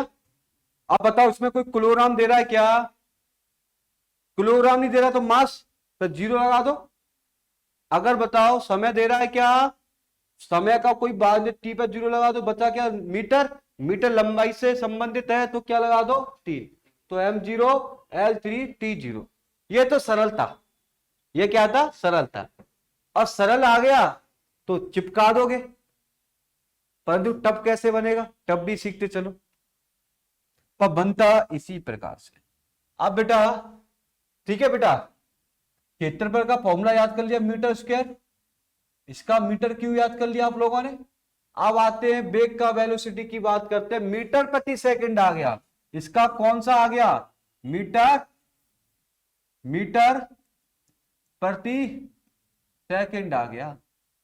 अब मेरे बच्चों ध्यान रखना, वेग का फॉर्मूला याद कर लो भैया। तब वेग का फॉर्मूला होता है मीटर प्रति सेकंड, मीटर प्रति सेकंड। दो बार याद कर लो। कौन सा वाला? ये वाला है ना, ये देखो, ये बन गया अपना, दो बन गया ना। लंबाई का क्या बना? M0L2T0 बना। यहाँ पर इसका क्या बना है m0 अब क्या बना रहे हैं हम वेग का बना रहे हैं, वेग बना रहे हैं, वेग को सीखना। वेग को बनाने के लिए हमने सबसे पहले मात्रक याद कर लेते हैं, मीटर प्रति सेकंड, मीटर प्रति सेकंड होते हैं। तो याद करो सर, क्षेत्रफल का था मीटर स्क्वायर, आयतन का था एरिया, वॉल्यूम का क्या था मीटर क्यूब, जो वॉल्यूम जो है वेग है हमारा वेलोसिटी है, वेग का मीटर प्रति सेकंड। अब सर मीटर प्रति सेकंड को बनाओ जल्दी से, लो बना दिया मीटर प्रति सेकंड। तो हमने वेग की बात करते वेग का विमीय सूत्र बनाते बेटा, तो सूत्र हमने याद कर लिया था। तो ये बेटा तो याद करना पड़ेगा, क्योंकि ये थोड़ा सा 10 से 15 चीज आपको याद करनी पड़ेगी। इसमें थोड़ा सा मैं भी मेहनत करूंगा, आप भी मेहनत करेंगे। तो मैंने बताया मीटर प्रति सेकंड होता है, और मुझे क्या बनाना है विमीय सूत्र mL/m1। बताओ कोई किलोग्राम दिखाई दे रहा है क्या, तो m पे क्या लगा दो 0। अब सर L दिखाई दे रहा है मीटर, L दिखाई दे रहा है मीटर, तो L पे कोई मीटर पे कोई घात है क्या, तो कोई घात नहीं, तो एक घात मान लेंगे। अब सर सेकंड दिखाई दे रहा है, सेकंड दिखाई दे रहा है, परंतु ये नीचे ऊपर जाएगी तो सेकंड, सेकंड पे एक मानेंगे, नहीं आया, आया ही नहीं। एम एल जब मुझे पता चल जाता है तो एक्सप्रेशन तुम्हारे जो होते हैं ना, मैं समझ जाता हूं कि आया या नहीं आया। कई सालों से साइंस पढ़ा रहा हूं, तो ये वाले चैप्टर मुझे पता चल जाता है, मोर टांगते लड़के टांगते रहते जी सेकंड कहाँ ऊपर पहुंच गया, -1 कैसा हो गया, तो वो चीज बता रहा। MLT क्या, तब सबसे पहले तो मुझे याद कर लिया मीटर प्रति सेकंड। आपको पता है अगर कोई नीचे कोई चीज लगी है और ऊपर जाए तो वो कैसी हो जाती माइनस की, ये तो मैथ वाले पढ़ते हैं, इससे तो अच्छी बात है, नेगेटिव हो जाती माइनस हो जाता है। अगले बताओ सेकंड पर कोई सेकंड है, देखो यहां पर कोई भी किलोग्राम दिखाई दे रहा है क्या, अगर उस पर 0 लगाते हैं, अगर किलोग्राम दिखाई नहीं दे रहा तो एम पर क्या लगाएंगे 0, अगर दिखाई देता है तो 1 लगाते हैं। देखो यहां पर मीटर दिखाई दे रहा है तो 1 लगाएंगे, सेकंड दिखाई दे रहा है तो 1 लगाएंगे, परंतु दिखाई कौन सा नहीं दे रहा, किलोग्राम, किलोग्राम नहीं दिखाई दे रहा, इसलिए मैंने एम पे क्या लगा दिया 0। अब सर मीटर दिखाई दे रहा है, मीटर से संबंधित एल, और इस पे कौन सा मानेंगे 1। अब सर सेकंड दिखाई दे रहा है, सेकंड पे कितना मानेंगे 1, परंतु ये सेकंड ऊपर जाएगा ना, प्रति का मतलब कहां होता है बट्टे में होता है, तो बट्टे में ऊपर गया तो ये कितना हो गया m0L1T-1 हो गया, m0L1T-0। में आ गया, विमीय सूत्र बनाना सीख रहे हो ना। तो हमने बताया तो वेग का जो यूनिट है मीटर प्रति सेकंड है, याद कर लेना बच्चा, अभी याद करा दो फिर नहीं बताऊंगा आपको। चलो दूसरा आप करके देखो, त्वरण का, त्वरण का बात करें, एक्सीलरेशन का, त्वरण का आप निकालो एक्सीलरेशन का जल्दी से, मीटर प्रति सेकंड स्क्वायर, ये याद कर लो, वेग का भी रट लो यहीं पर मीटर प्रति सेकंड, और त्वरण का भी याद कर लो मीटर प्रति सेकंड स्क्वायर, मीटर प्रति सेकंड निकालो जल्दी से विमीय सूत्र।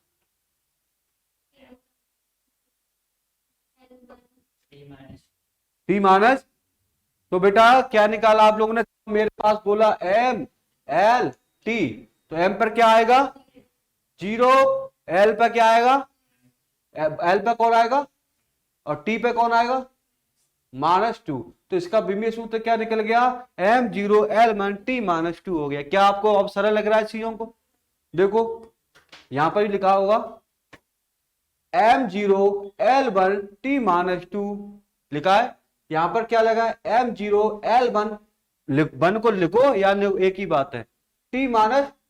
तो हमने 2 याद कर लिए, वेग को याद कर लिया, त्वरण का, त्वरण वेग का क्या होता है मीटर प्रति सेकंड होता है, और जबकि एक्सीलरेशन का मीटर प्रति सेकंड स्क्वायर होता है। 2 याद कर ली, 4 याद कर ली, ध्यान रखना चारों को याद कराने मेरे पसीने छुटा दिए आपने। अगर मैं आपसे बल पूछूं, क्या पूछूं बेटा बल, अगर मैं आपसे बल पूछूं, बल का होता है किलोग्राम मीटर प्रति सेकंड स्क्वायर, चलो इसको भी याद कर लेते हैं, किलोग्राम मीटर प्रति सेकंड स्क्वायर, या आपको न्यूटन मिल जाएगा, क्या मिल जाएगा, न्यूटन। यहां से दो चीजों में आप समझा देता हूं, मीटर प्रति स्क्वायर। अगर इसको सॉल्व करके बताओ कोई बच्चा मुझे, चलो पहले तो याद कर लो कि बल का फॉर्मूला किलोग्राम मीटर प्रति सेकंड स्क्वायर। चलो पहले बना लो, मन में बना लो, जल्दी से मन में बनाओ, सोच के गलत मत करना।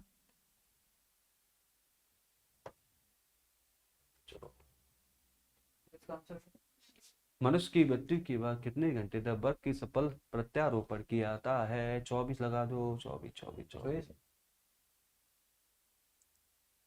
किस रोग में रोगियों को बार बार मूत्र आने की शिकायत होती है? ये है ग्लाइकोसूरिया, पॉलीयूरिया नहीं होती है,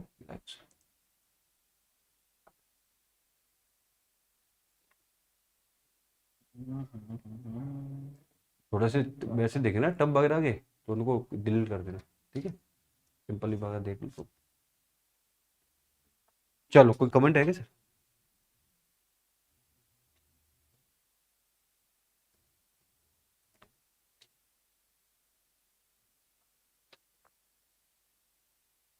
चलो बेटा चलेंगे।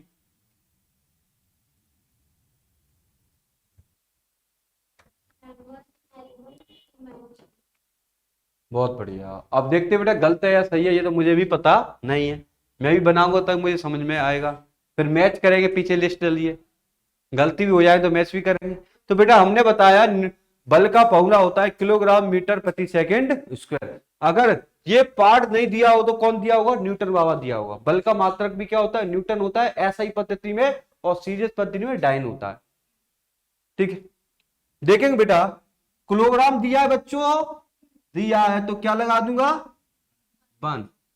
मीटर दिया है तो क्या लगा दूंगा, 1। अब सर सेकंड बटे में ऊपर आएगा -2, तो देखो इसका फॉर्मूला क्या बन गया, m1 l1 t-2। ये बेटा ऐसे भी मिल सकता है आपको, m l t-2 ऐसे भी मिल सकता है आपको, ध्यान रखना। अगर बल लगाओ या ना लगाओ आपकी मर्जी है। देख लो बेटा कहां गया ये वाला, m l t-2। अगर आपसे पूछा जाए ना, डायरेक्ट आपसे पूछा जाए कि न्यूटन का विमीय सूत्र क्या होता है, न्यूटन का विमीय सूत्र डायरेक्ट पूछा जाएगा, तो आप रखना m l t-2, m l t-2, वही फॉर्मूलेट है। इसको तोड़ोगे, किलोग्राम मीटर पर सेकंड को तोड़ोगे तो न्यूटन ही निकलेगा। तो न्यूटन का पूछ लिया है तब भी m l t-2 है, या पूरा इसका पूछ लिया जाए तो ये भी है। तो याद कर लो, 5 याद करा दी मैंने आपको, ठीक है। सबसे पहले क्षेत्रफल का फॉर्मूला क्या होता है, कोई बच्चा बताएगा? क्षेत्रफल का फॉर्मूला क्या है, m स्क्वायर, और वॉल्यूम का फॉर्मूला m क्यू। अगर आपसे पूछा जाए कि जो वेग का फॉर्मूला क्या है, ऐसा यूनिट,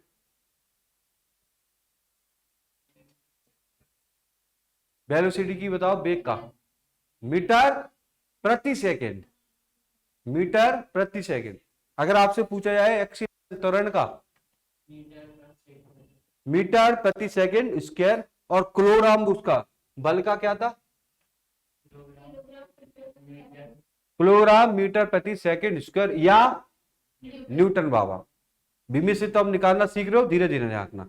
अगर आपको धीरे धीरे विमीय सूत्र निकाल रहे हो बेटा, और साथ ही साथ में याद भी करा कल चल रहा आपको, बल की फोर्स, कार क्या होता है, कार का भी देख लो बेटा, सेम है इसका, सेम टू सेम है, ठीक है, परंतु यहां पर जूल आएगा, क्या आएगा, न्यूटन के बंदे क्या आएगा, जूल। हाँ थोड़ा सा आगे आगे आगे, बनाओ जल्दी से बनाओ, जल्दी बनाओ। कार्य का मीटर स्क्वायर है बेटा, इसमें किलोग्राम मीटर स्क्वायर प्रति सेकंड स्क्वायर है। हाँ m1 l2 t-2 तो आपको ये भी याद हो गया सर, आपको बल और कार्य में थोड़ा ही तो अंतर है, कि वहां पर ये नहीं था, ये नहीं था, और इसमें क्या आएगा, कार्य में क्या आएगा, स्क्वायर आ जाएगा। तो ये भी आपको साथ ही साथ करते हुए चल रहे हैं।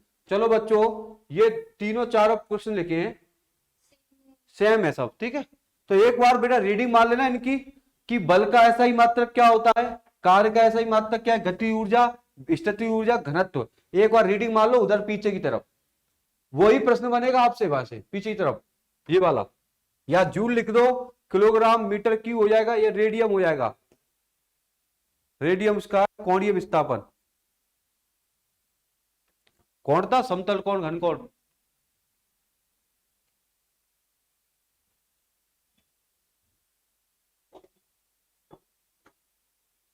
ठीक है। आगे बढ़ते थोड़ा सा, आप प्रश्न जो बता रहा हूं साफ थोड़ा दिखाई दे रहा है क्या, नहीं दिखेगा तो दूसरी डाल दूंगा, ठीक है, वैसे दिखाई दे रहा होगा, वेरी वेरी इंपॉर्टेंट है, पहली चैप्टर का सबसे ज्यादा इंपॉर्टेंट फाइल यही वाली।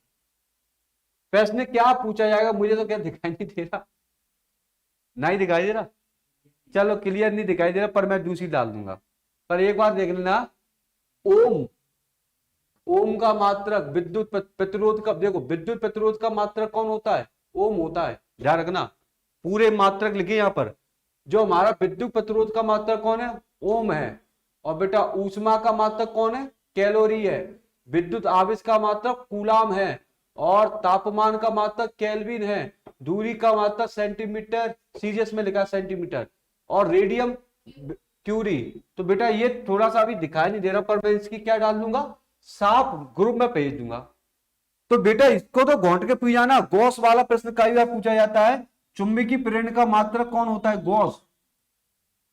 प्रश्न आ जाता है कि प्रेरक तत्व का मात्रक क्या होता है, हेनरी, कौन होता है, हेनरी आएगा। अगर आपसे पूछा जाए चुंबक की तीव्रता का मात्रक क्या होता है, आवर्ती का मात्रक हर्ट्ज होता है, और शक्ति का मात्रक क्या होता है, अश्व शक्ति। तो ये very very very important chart है, वो बात अलग है, दिखाई नहीं दे रहा, दिखाई देता तो याद करवा दे, जब मैंने बनाया था तो दिखाई दे रहा था, अब यहां पर नहीं दिखाई दे रहा। चलो ठीक है, इसको क्या कर लेना बेटा, रट लेना, क्या कर लोगे, रट लोगे।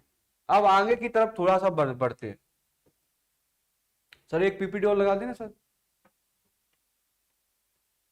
सर एक पीपीटी और भेज दी, मैंने 2 भेज दिया फिजिक्स का, लगाना।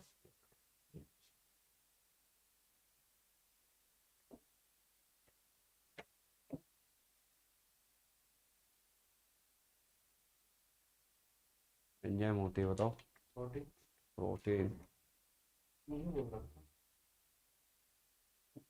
ये जल की वजह से, कौन सा वाला?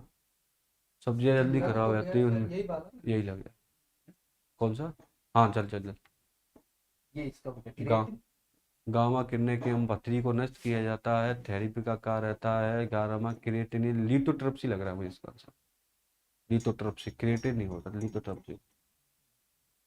और देखो एक चेक और कर लूंगा एक और मैं इसको, गामा वाले को, लगे, ठीक ठीक। चलो बच्चों आ जाओ आ जाओ आ जाओ, अब आते हैं मजेदार चीज पढ़ने वाले, ठीक है, मजेदार मजेदार मजेदार, क्या सर मजेदार पढ़ा रहे हो, चलो जो भी बात है बोलते चलो, कमेंट करते चलो बेटा, ठीक है।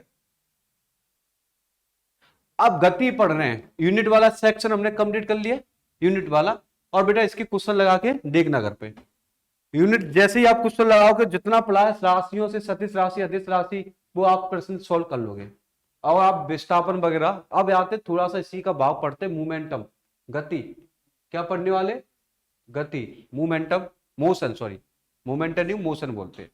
तो गति पढ़ने वाले बेटा, क्या पढ़ने वाले, गति पढ़ने वाले हैं। गति जानते हो क्या होती है, स्पीड चाल होती है, स्पीड चाल होती है, मोशन गति होती है, क्यों था करेगा तुम। चलो बेटा, अगर एक आपको दिखाई दी है, आपको गति दिखाते, गति क्या होती है, बड़ा आनंद से सीखेंगे, इंग्लिश में भी लिखा है नीचे, पूरा का पूरा इंग्लिश में भी दिया है, हिंदी में भी दिया है, दोनों रूपों में दे दिया। मैंने बोला एक लड़का यहां से गाड़ी चला के ले गया है, और बिंदु बी पे पहुंच गया है, यहां से धूम मचाले धूम मचाले धूम मचाले निकला है, तो वो इसकी गति कहलाई, कहलाई ना। गति का मतलब होता है कुछ वस्तुओं में समय के साथ उनकी स्थिति में क्या हो जाए, परिवर्तन हो जाए। बेटा इंग्लिश वाले देख लो, टाइम के साथ उनकी जो प्लेस है, स्थिति है, उसमें क्या आ जाए, चेंज आ जाए। और बंदा इधर देखना, मैं सिखा देता हूं गति क्या होती है। अगर मैं यहां से यहां तक चला तो यहां से यहां तक आने में मुझे टाइम लगा, और बेटा मैं पहले कहां पे था, पीछे था, अब कहां आ गया, आगे आ गया। तो टाइम के साथ मेरी स्थिति में क्या हो गया, चेंज आ गया। इसी को क्या कहते हैं, गति कहते हैं। नहीं आई समझ में, अभी बताएंगे और बता दें, आ गया। अगर और बता देते और सरल भाषा में बता देते हैं।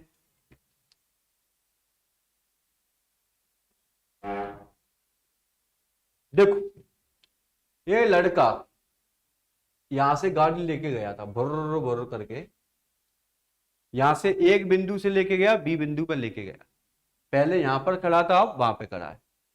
तो यहां से यहां तक जाने में उनकी समय लगा होगा नहीं, या 5 सेकंड या 10 सेकंड का क्या लगा होगा, समय लगा होगा। एक स्थान से दूसरे स्थान पर जाने में क्या लगा होगा, समय लगा।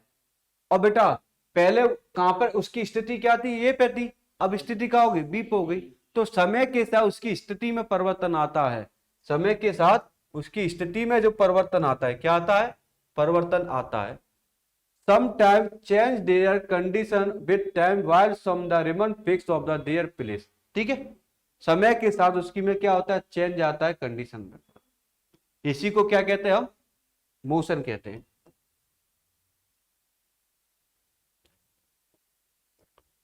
तो बात हमने बताई सर, समय के साथ किसी वस्तु की स्थिति में परिवर्तन आए, उसी को क्या कहते हैं, गति कहते हैं। मैं यहां पर खड़ा था और मैंने 2-3 कदम चल लिए, ऐसे चल लिए, तो बताओ समय लगा। और मैं पहले कहां था, वहां पर था, मेरी स्थिति में अब क्या हो गया, परिवर्तन आ गया। मेरी स्थिति में क्या आ गया, परिवर्तन आ गया, चेंज आ गया। उसी को क्या कहते हैं, मोशन कहते हैं। कोई पिंड किसी दूसरी पिंड या वस्तु के सापेक्ष समय के साथ परिवर्तन आता है, उस पिंड की गतिशीलता भी गति माना जाता है। देखो जब इस पॉइंट को सीख लो जल्दी से, क्या क्या सिखाना पड़ता है। कोई पिंड, पिंड एक और पिंड बी, पिंड 1 पिंड बी।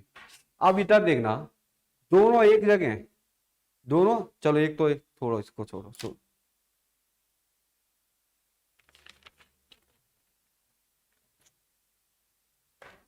आ जाओ, आज थोड़ा फिजिक्स वाला बना दे तुम्हें। बेटा एक पिंड हो गया, देख रहे हो इसकी गर्मी, विनोद देख रहा है, देख रहे हैं विनोद। एक पिंड हो गया, एक पिंड वही हो गया, ठीक है। अब मैं इसको नीचे फेंकूं तो सबसे पहले कौन आएगा, इन दोनों में सबसे पहले कौन आएगा, पेन आएगा। ये बाद में जाएगा। तो आप कह सकते हो इसको कम समय लगा और जल्दी नीचे पहुंच गया, इसको ज्यादा समय लगा। तो बताओ समय के साथ पहले कौन आया, ए आया, पेन आया। तो समय के साथ इसकी स्थिति में परिवर्तन हुआ। जब दो कह रहा है, जब कोई पिंड दूसरे पिंड के साथ समय के साथ क्या हो जाए, परिवर्तन आ जाए, दो पिंडों के बीच में परिवर्तन आए, उसी को क्या कहते हैं, गति कहते हैं।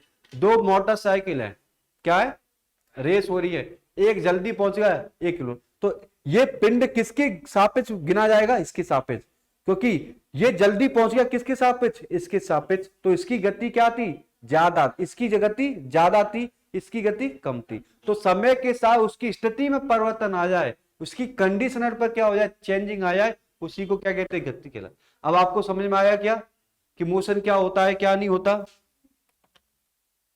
अब तो समझ में आ ही जाएगा, बहुत चिल्लवा दिया आपने।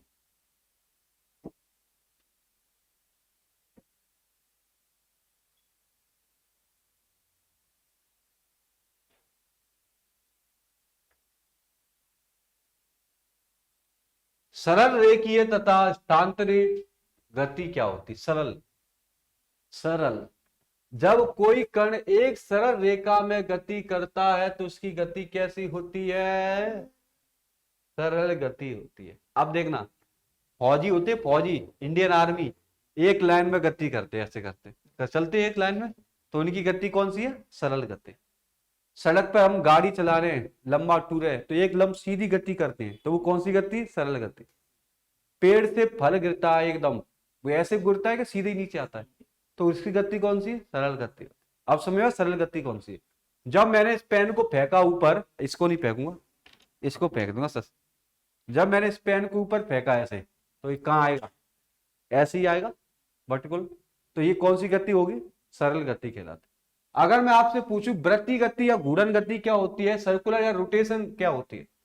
जब कोई वस्तु अपने वृत्ताकार मार्ग पर गति करती है, या वृत्तीय गति कहलाती है।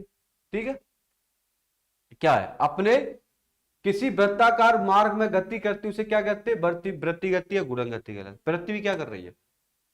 पृथ्वी कौन सी गति करती है? अपने अक्ष पर, अपने अक्ष पर क्या कर रही है? गोल गोल घूम रही है। अपने अक्ष पर देखो, ये घूम रही है। ये बताओ, ये पृथ्वी है, ये अपने अक्ष पे ऐसे घूम रही है। अपने अक्ष पे क्या करती? ऐसे। जब अपने अक्ष पे ऐसे ऐसे घूम रही है, तो उस गति को क्या कहते हैं?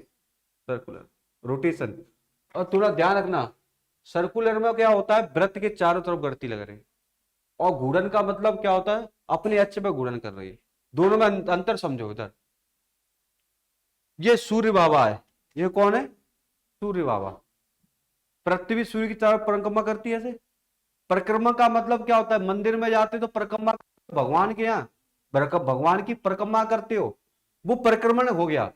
और घूर्णन क्या हो गया? यहीं पर ऐसे घूम रहे हो, भगवान के यहाँ आते ऐसे करते हो, अपनी परिक्रमा करते हो ऐसे, जय हो जय हो जय हो। जब अपनी परिक्रमा करते हो वो रोटेशन हो गया, और जब भगवान की परिक्रमा लगाते हो वो परिक्रमा की तरफ। ठीक है, ऐसी पृथ्वी करती है, तो वो गति ये भी मानी। दोलन गति या कंपन गति क्या होती है? दोलन गति या कंपन गति क्या होती है? बात समझ आ रही बेटा? एक एक गति को समझा रहा हूं। दोलन गति, अब इस सर आप कहोगे सर समझा क्यों रहे, पेपर में आएगा क्या? मैं कहूंगा बिल्कुल नहीं आएगा।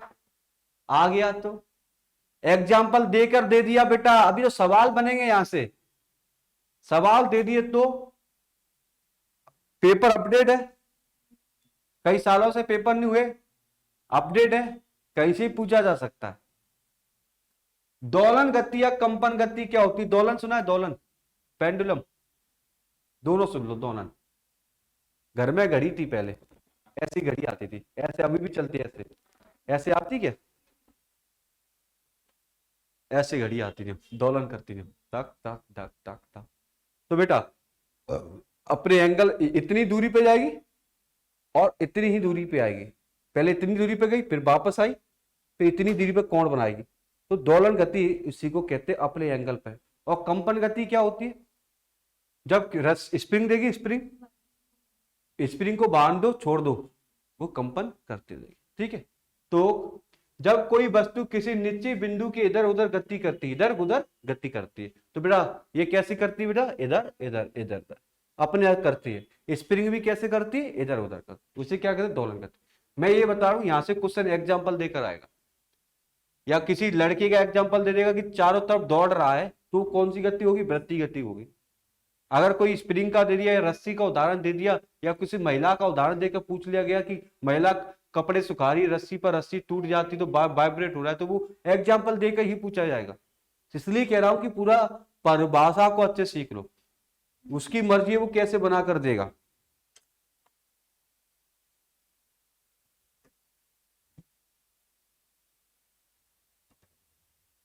यहां से प्रश्न मैं बना दूंगा तुम्हारे लिए। क्या बनाऊंगा?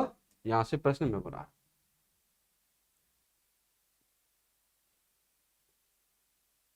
यहां से प्रश्न मैं बना देता आपसे कि एक विमीय गति क्या, वन डायमेंशनल मोशन क्या होते हैं, टू डायमेंशनल मोशन क्या होते हैं, थ्री डायमेंशनल मोशन क्या होते हैं। यहां से प्रश्न मैंने भी कई बार पूछे हैं और टेस्ट में यहां से मैं देता भी हूं।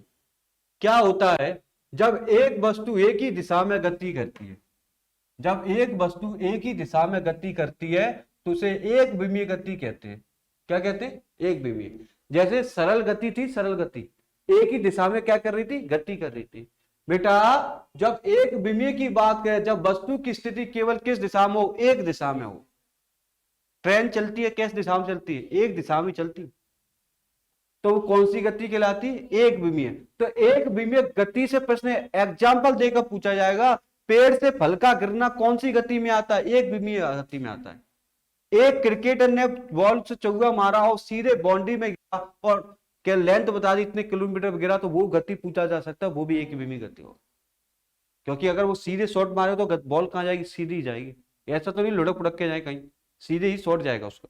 अगर मैं पूछूं कि द्विविमीय गति क्या होती है, ऐसी वस्तु जो दो दिशा में गति करे। कौन सी दिशा में, दो। अब आप कहो से दो दिशा में कौन गति, सांप देखा, सांप पहले तो ऐसा चलता है, सांप ऐसे तुम देखा, तो पहले कहां जाएगा ऐसे, फिर कहां जाएगा ऐसे, तो इसकी दिशा डबल हो रही है, ऐसे जाता है। तो सांप की जो गति होती है वो कौन सी होती है, द्विमीय गति होती है। तितली, तितली का उड़ना, तितली पहले ऐसे आएगी फिर ऐसे आएगी, कोई दिशा होती है उसकी, ऐसे उड़ेगी ऐसे जाएगी ऐसे जाएगी। तितली की गति कैसी है, द्विविमीय गति में। अब सबसे मोस्ट इंपोर्टेंट है त्रिविमीय गति। अभी तक यहीं से प्रश्न बना है अभी तक। हवाई जहाज का उड़ना किस गति का उदाहरण है, त्रिविमीय गति का।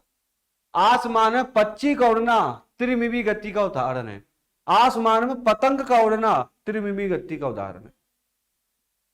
कहने का अर्थ है कोई वस्तु की स्थिति तीनों दिशा में बदलती है, कहीं भी चली जाए तो ऐसी को कह दे, जैसे अंतरिक्ष में गति करती है, कोई वस्तु अंतरिक्ष में गति करती है, कहीं भी जा सकती है।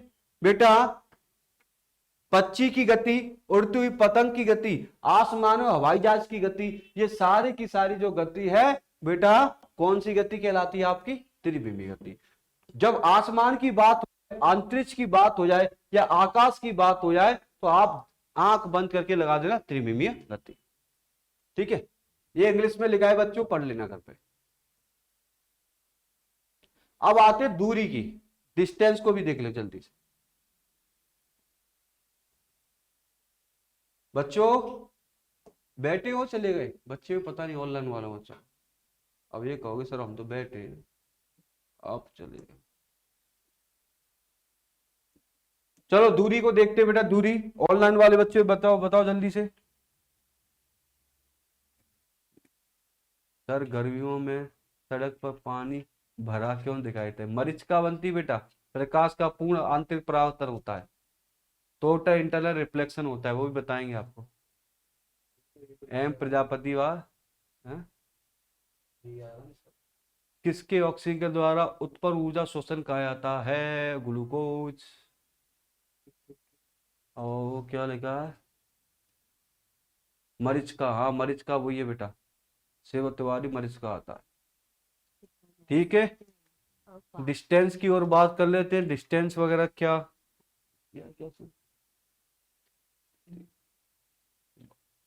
कोई और प्रॉब्लम हो तो बताओ बेटा, जितना पढ़ा है उतना ही बता दो बस।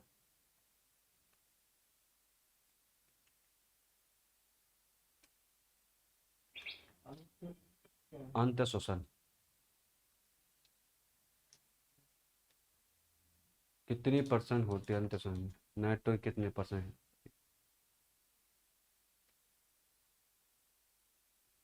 चलो बच्चों आ जाते जल्दी से। आज हम डिस्प्लेसमेंट और डायरेक्शन को भी खत्म कर दें, दूरी को भी, डिस्टेंस देखेंगे। समयांतर में वस्तु तय की गई लंबाई को क्या कह दिया, समय के अनुसार तय की गई लंबाई को उसकी क्या कहते हैं, दूरी कहते हैं। क्या समय के अनुसार वस्तु द्वारा तय की गई पथ की लंबाई को क्या कहते हैं, दूरी कहते हैं। बेटा इधर देखना, चलो बच्चों इधर आ जाओ, कुछ मत करो। समय अंतराल में, समय के अनुसार किसी समय में एकल, किसी समय में तय की गई लंबाई, तय की गई लंबाई क्या लिखेंगे आप, तय की गई लंबाई, तय की गई लंबाई को क्या कहते हैं, दूरी कहते हैं। एक लाइन में शॉर्ट फॉर्म में यहीं से एक लाइन बता दी बस, एक लाइन में खत्म कराऊंगा प्रश्न को, और यहां से प्रश्न कैसे बनेगा वो भी आपको बता दें थोड़ा सा। बुरा है, किसी समय अंतराल में तय की गई लंबाई को क्या कहते हैं, दूरी कहते हैं। बेटा ध्यान रखना, दूरी हमेशा लंबाई होगी, क्या होगी, लंबाई होगा। किसी समय अंतराल में, समय अंतराल मतलब किसी टाइम में तय की गई दूरी, तय की गई मतलब आपने कितनी दूरी तय की, देखो उधर मैं इस बिंदु पे खड़ा हूं बेटा, इधर देखना बच्चों, एक लड़का यहां तक था, यहां पर तक था, एक लड़का यहां पर था, लड़का ए, और बेटा लड़का यहां पर आ गया बी पर। तो बेटा इसने 2 मीटर दूरी तय की। तो आपको कैसा पता चला कि इसने यहां से यहां तक चलने में 2 मीटर, कितने, 2 मीटर लंबाई तय की। तो जब दूरी जो होती है वो कितनी, किस में आए, लंबाई में आती है। हमेशा दूरी को किस में नापा जाता है, लंबाई में आता है। तो मैंने क्या बोला है, किसी समय द्वारा तय की गई लंबाई को, दूरी हमेशा किस में आएगी, लंबाई में आएगी, और लंबाई को किसमें नापा है, मीटर में। अब मैं आपको यहां से मैं अच्छा समझा देता हूं बच्चों, इधर से देखो, इधर देखना बच्चों। पहली बात तो मैंने यहां पर बता दिया, दूरी जो होगी वो किस में आएगी बेटा, लंबाई। दूरी जो होती है वो किस में आएगी बेटा, लंबाई होता है। समय के साथ तय की लंबाई को क्या कहते हैं, दूरी कहते हैं। ये बताओ, बिंदु ए से बिंदु बी तक मैं 4 किलोमीटर चला, किलोमीटर लंबाई चली होगी।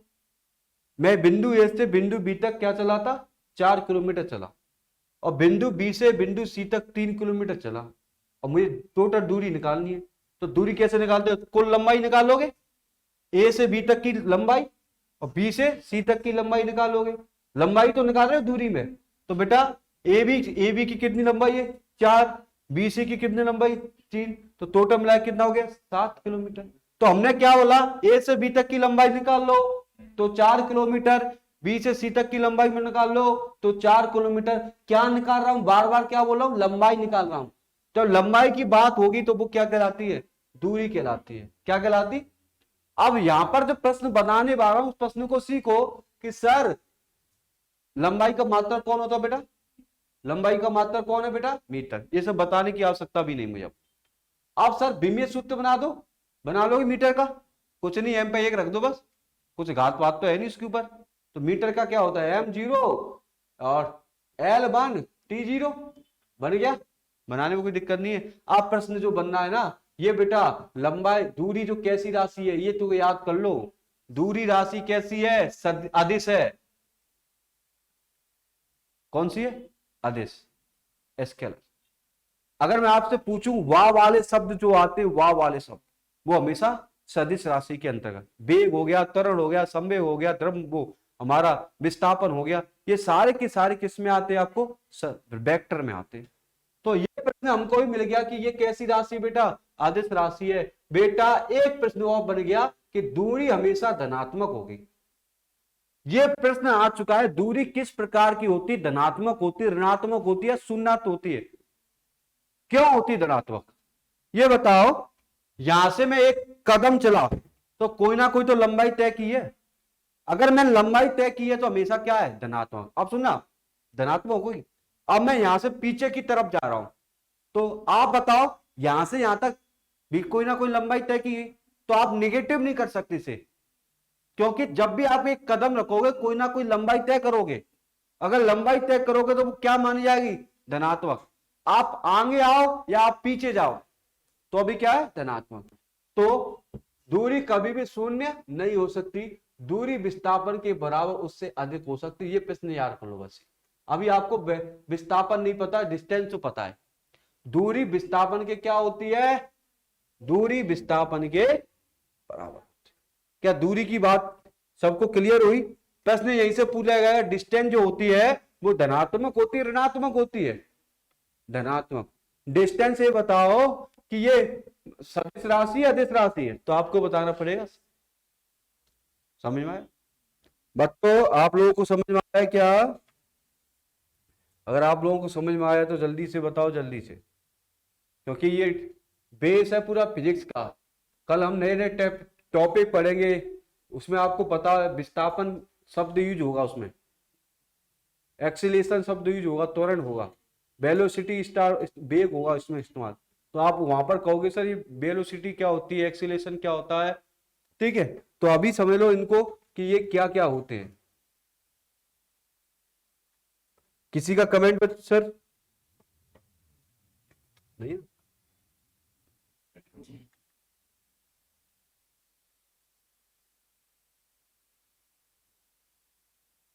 ठीक।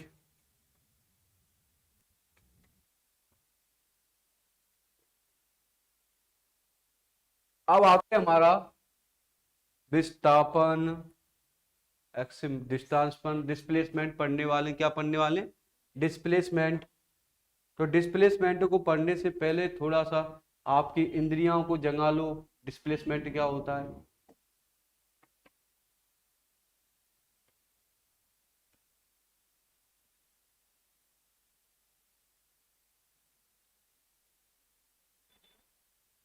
ठीक है, क्या आपको डिस्टेंस समझ में आ गई ना? डिस्टेंस हमेशा धनात्मक होगी।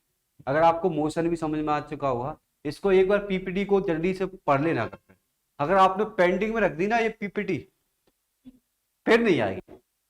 अगर आपने यहां से आपको पीपीटी मिली और आपने कही कल पढ़ लेंगे, आए तो सो जान दो।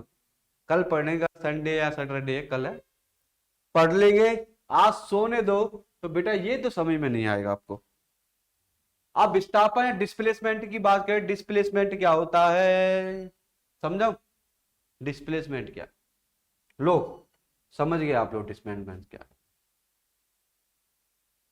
किसी वस्तु की अंतिम और प्रारंभिक स्थिति के बीच का न्यूनतम दूरी को डिस्प्लेसमेंट कहते हैं। ये क्या कह दिया सर? चलो इधर देखिए बच्चों, ये सड़क है, ये क्या है? सड़क है। और घर इधर है, क्या है? घर है मेरे, ठीक ना? मेरे मेरे घर से सड़क ऐसे आई है, घूम के आई है। क्या आई है? घूम के आई है। मेरा घर इधर है और मेरे घर से सड़क घूम के आई है। और मेरे यहां से आने, मुझे 15 यहां तक आने में, यहाँ पर बस स्टॉप है, ठीक है, और मुझे यहां तक आने में 15 मिनट लगती है, क्योंकि सड़क कैसी है? घूमकर आई है। और बस स्टॉप तक आना है। परंतु मेरे घर के सामने खेत भी है। क्या है? खेत। मैं खेत में से कूद कर डायरेक्ट आ जाता हूँ 3 मिनट में। कितने मिनट में? तो बताओ ये रास्ता क्या कहलाता है? ये है शॉर्टकट रास्ता। शॉर्टकट रास्ता होता है कि वो दूर पड़ेगा, लॉन्ग है, चलो इधर से घूम लो, उधर गली से उधर गली से। जो शॉर्टकट रास्ता होता है डिस्प्लेसमेंट कहलाता है। कहने का अर्थ है बेटा, प्रारंभिक और अंतिम बिंदु के, प्रारंभ बिंदु अंतिम बिंदु के बीच की दूरी, शॉर्टकट रास्ता को डिस्प्लेसमेंट। पहले ये खेत वाली कहानी समझ में आई क्या बेटा? आगे आपको अगर मैं इसको मैचिंग करके ले चलूं, मैचिंग करके मतलब थोड़ा सा पीछे बताओ।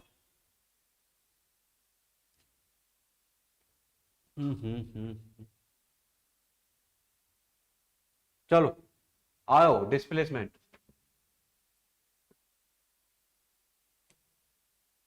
Sir sir sir sir sir आ जाओ।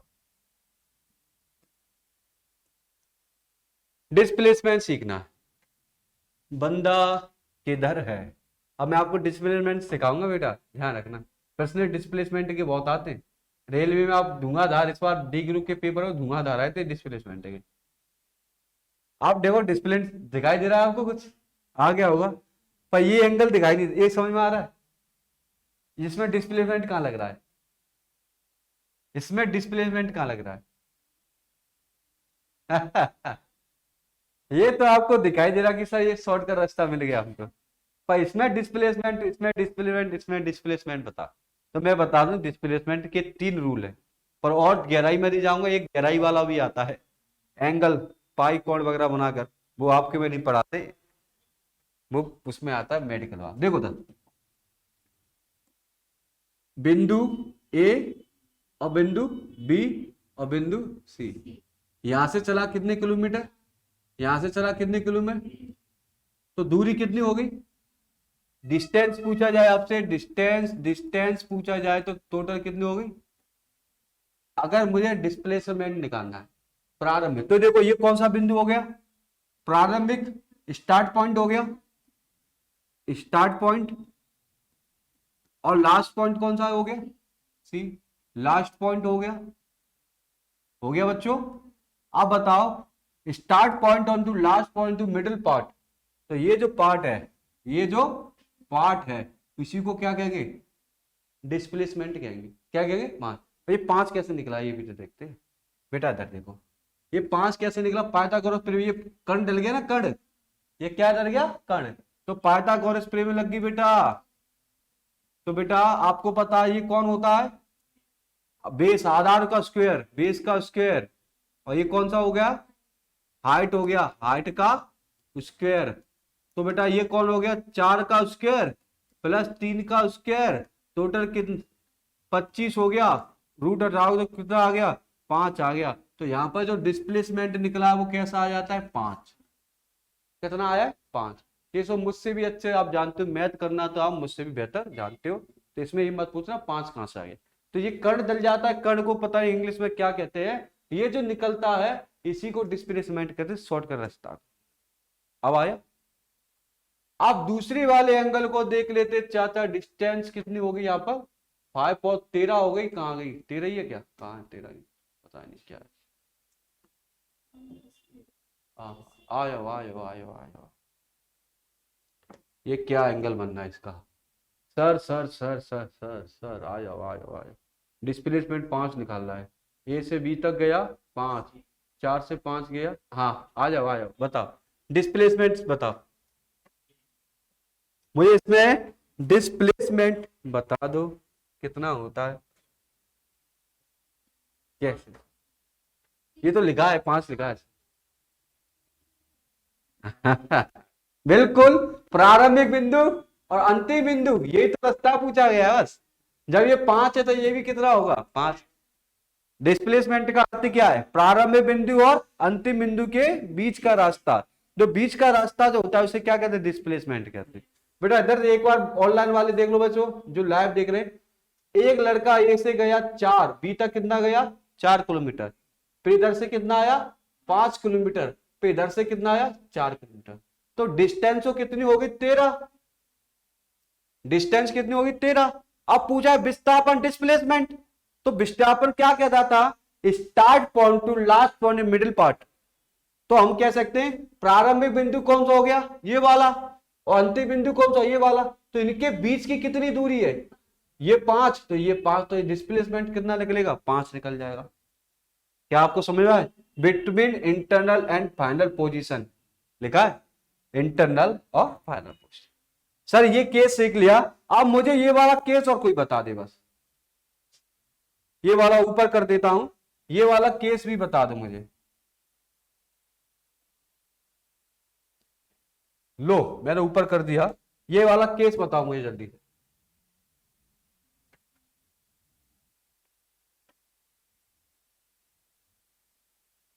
ये वाला केस बताओ डिस्प्लेसमेंट वाला, और ये वाला केस बताओ डिस्प्लेसमेंट, दोनों डिस्प्लेसमेंट के केस है।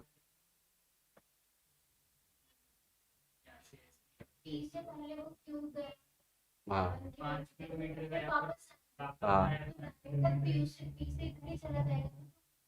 देखो अब एक चीज और बता रहा हूं, लड़का पहले डिस्टेंस कितना कवर कर रहा, पी से क्यू 5, अब क्यू से कितना चला गया, 7 चला गया, टोटल डिस्टेंस कितनी होगी। अब बेटा इसका प्रारंभ बिंदु कौन सा था, ये, अंतिम बिंदु कितना हो गया, समय जो भी मान लो, तो ये तो कितना बचेगा, 2 ही तो बचेगा, ये आप तो समझ होगा। अगर मैं आपसे एक चीज आपसे पूछूं, ये वाला इसका और सॉल्व कर देना।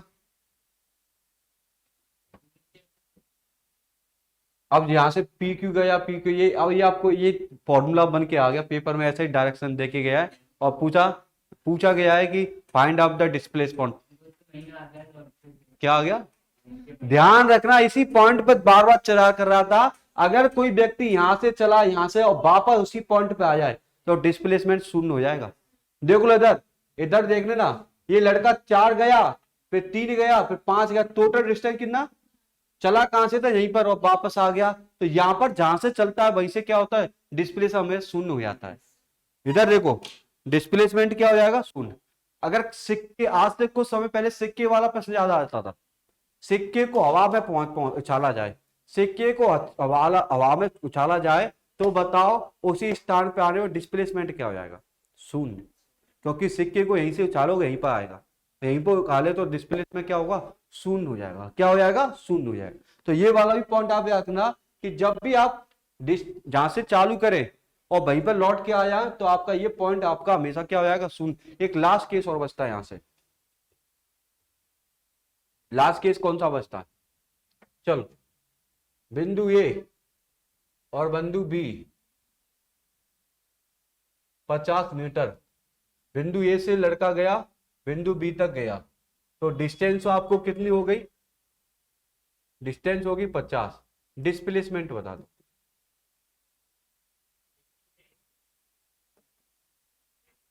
अब ये प्रश्न आ चुका है, एक लड़का मोटरसाइकिल से बिंदु ए से बिंदु बी तक 40 किलोमीटर चला और टोटल दूरी उसने 40 किलोमीटर दूरी की तय की, तो उसका विस्थापन कितना होगा?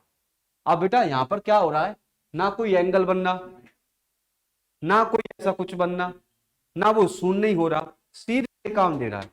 जब कोई वस्तु सीधी सीधा हो ना, सीधा, तो जितना उसका डिस्टेंस होगी उतना ही इसका डिस्प्लेसमेंट होगा। अगर 50 मीटर का डिस्टेंस है, 50 मीटर क्या है?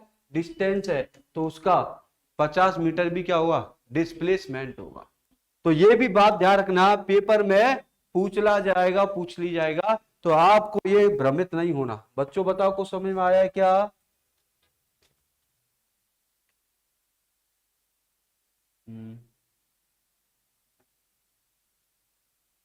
प्रजापति है। और सर ट्रेन में क्या लिखा था? सिक्का उछाला जाए। अच्छा, तब क्या होगा? प्रजापति जाओ, सिक्का तुम्हारे हाथ में ही गिरेगा, तुम स्थिर हो ना, ध्यान रखना। प्रजापति साहब और सर ट्रेन में सिक्का उछाल, सिक्का कहाँ जाएगा? तुम्हारे हाथ में ही आएगा। ओके, और बताओ किसी के प्रॉब्लम हो तो है डिस्प्लेसमेंट के। 3-4 पॉइंट बता चुके, डिस्प्लेसमेंट कहाँ कहाँ से निकलता है।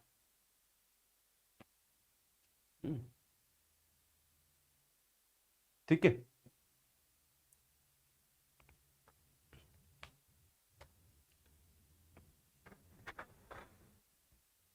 कोई दिक्कत है क्या? तो आज हमने डिस्प्लेसमेंट को समझा, हमने मोशन को समझा, वेक्टर पढ़ा, स्केयर पढ़ा, पूरा का पूरा हमने अच्छे से पढ़ लिया। और हमने विमीय राशियां भी निकालना सीखी थी, और कितने आसानी से मैं निकालना बता दिया था आपको। जो कितनी कठिन चीज होती है, जो टीचर उसको कठिनता से पढ़ाते हैं, आप इसको पीपीटी को जरूर देख लेना। इसकी मैं दोबारा से फाइल भेज दूंगा, दोबारा से क्या भेज दूंगा? फाइल भेज दूंगा, फोटो भेज दूंगा, और इसको आप दोबारा से पढ़ लेना। ये हमने निकालना सीख लिया, ये निकालने सीख लिए थे, एंगस्ट्रॉम निकालना, माइक्रोन निकालना, फर्मी निकालना, सारी चीजों को हमने क्या कर लिया है? कंप्लीट करना है। तो बच्चों 5 से 10 मिनट बाद आपकी एक क्लास होने वाली है, जिसमें हम बायोलॉजी के क्वेश्चन सॉल्व करेंगे। ठीक है, बायोलॉजी के प्रश्न सॉल्व करेंगे, जितने भी प्रश्न हो जाएंगे उतने सॉल्व करेंगे। तो आप लोग कहीं जाइए ना, 10 मिनट बाद आपकी क्या स्टार्ट कर रहे हैं? बायोलॉजी की क्लास स्टार्ट होगी, जिसमें मिक्स क्वेश्चन है। ठीक है,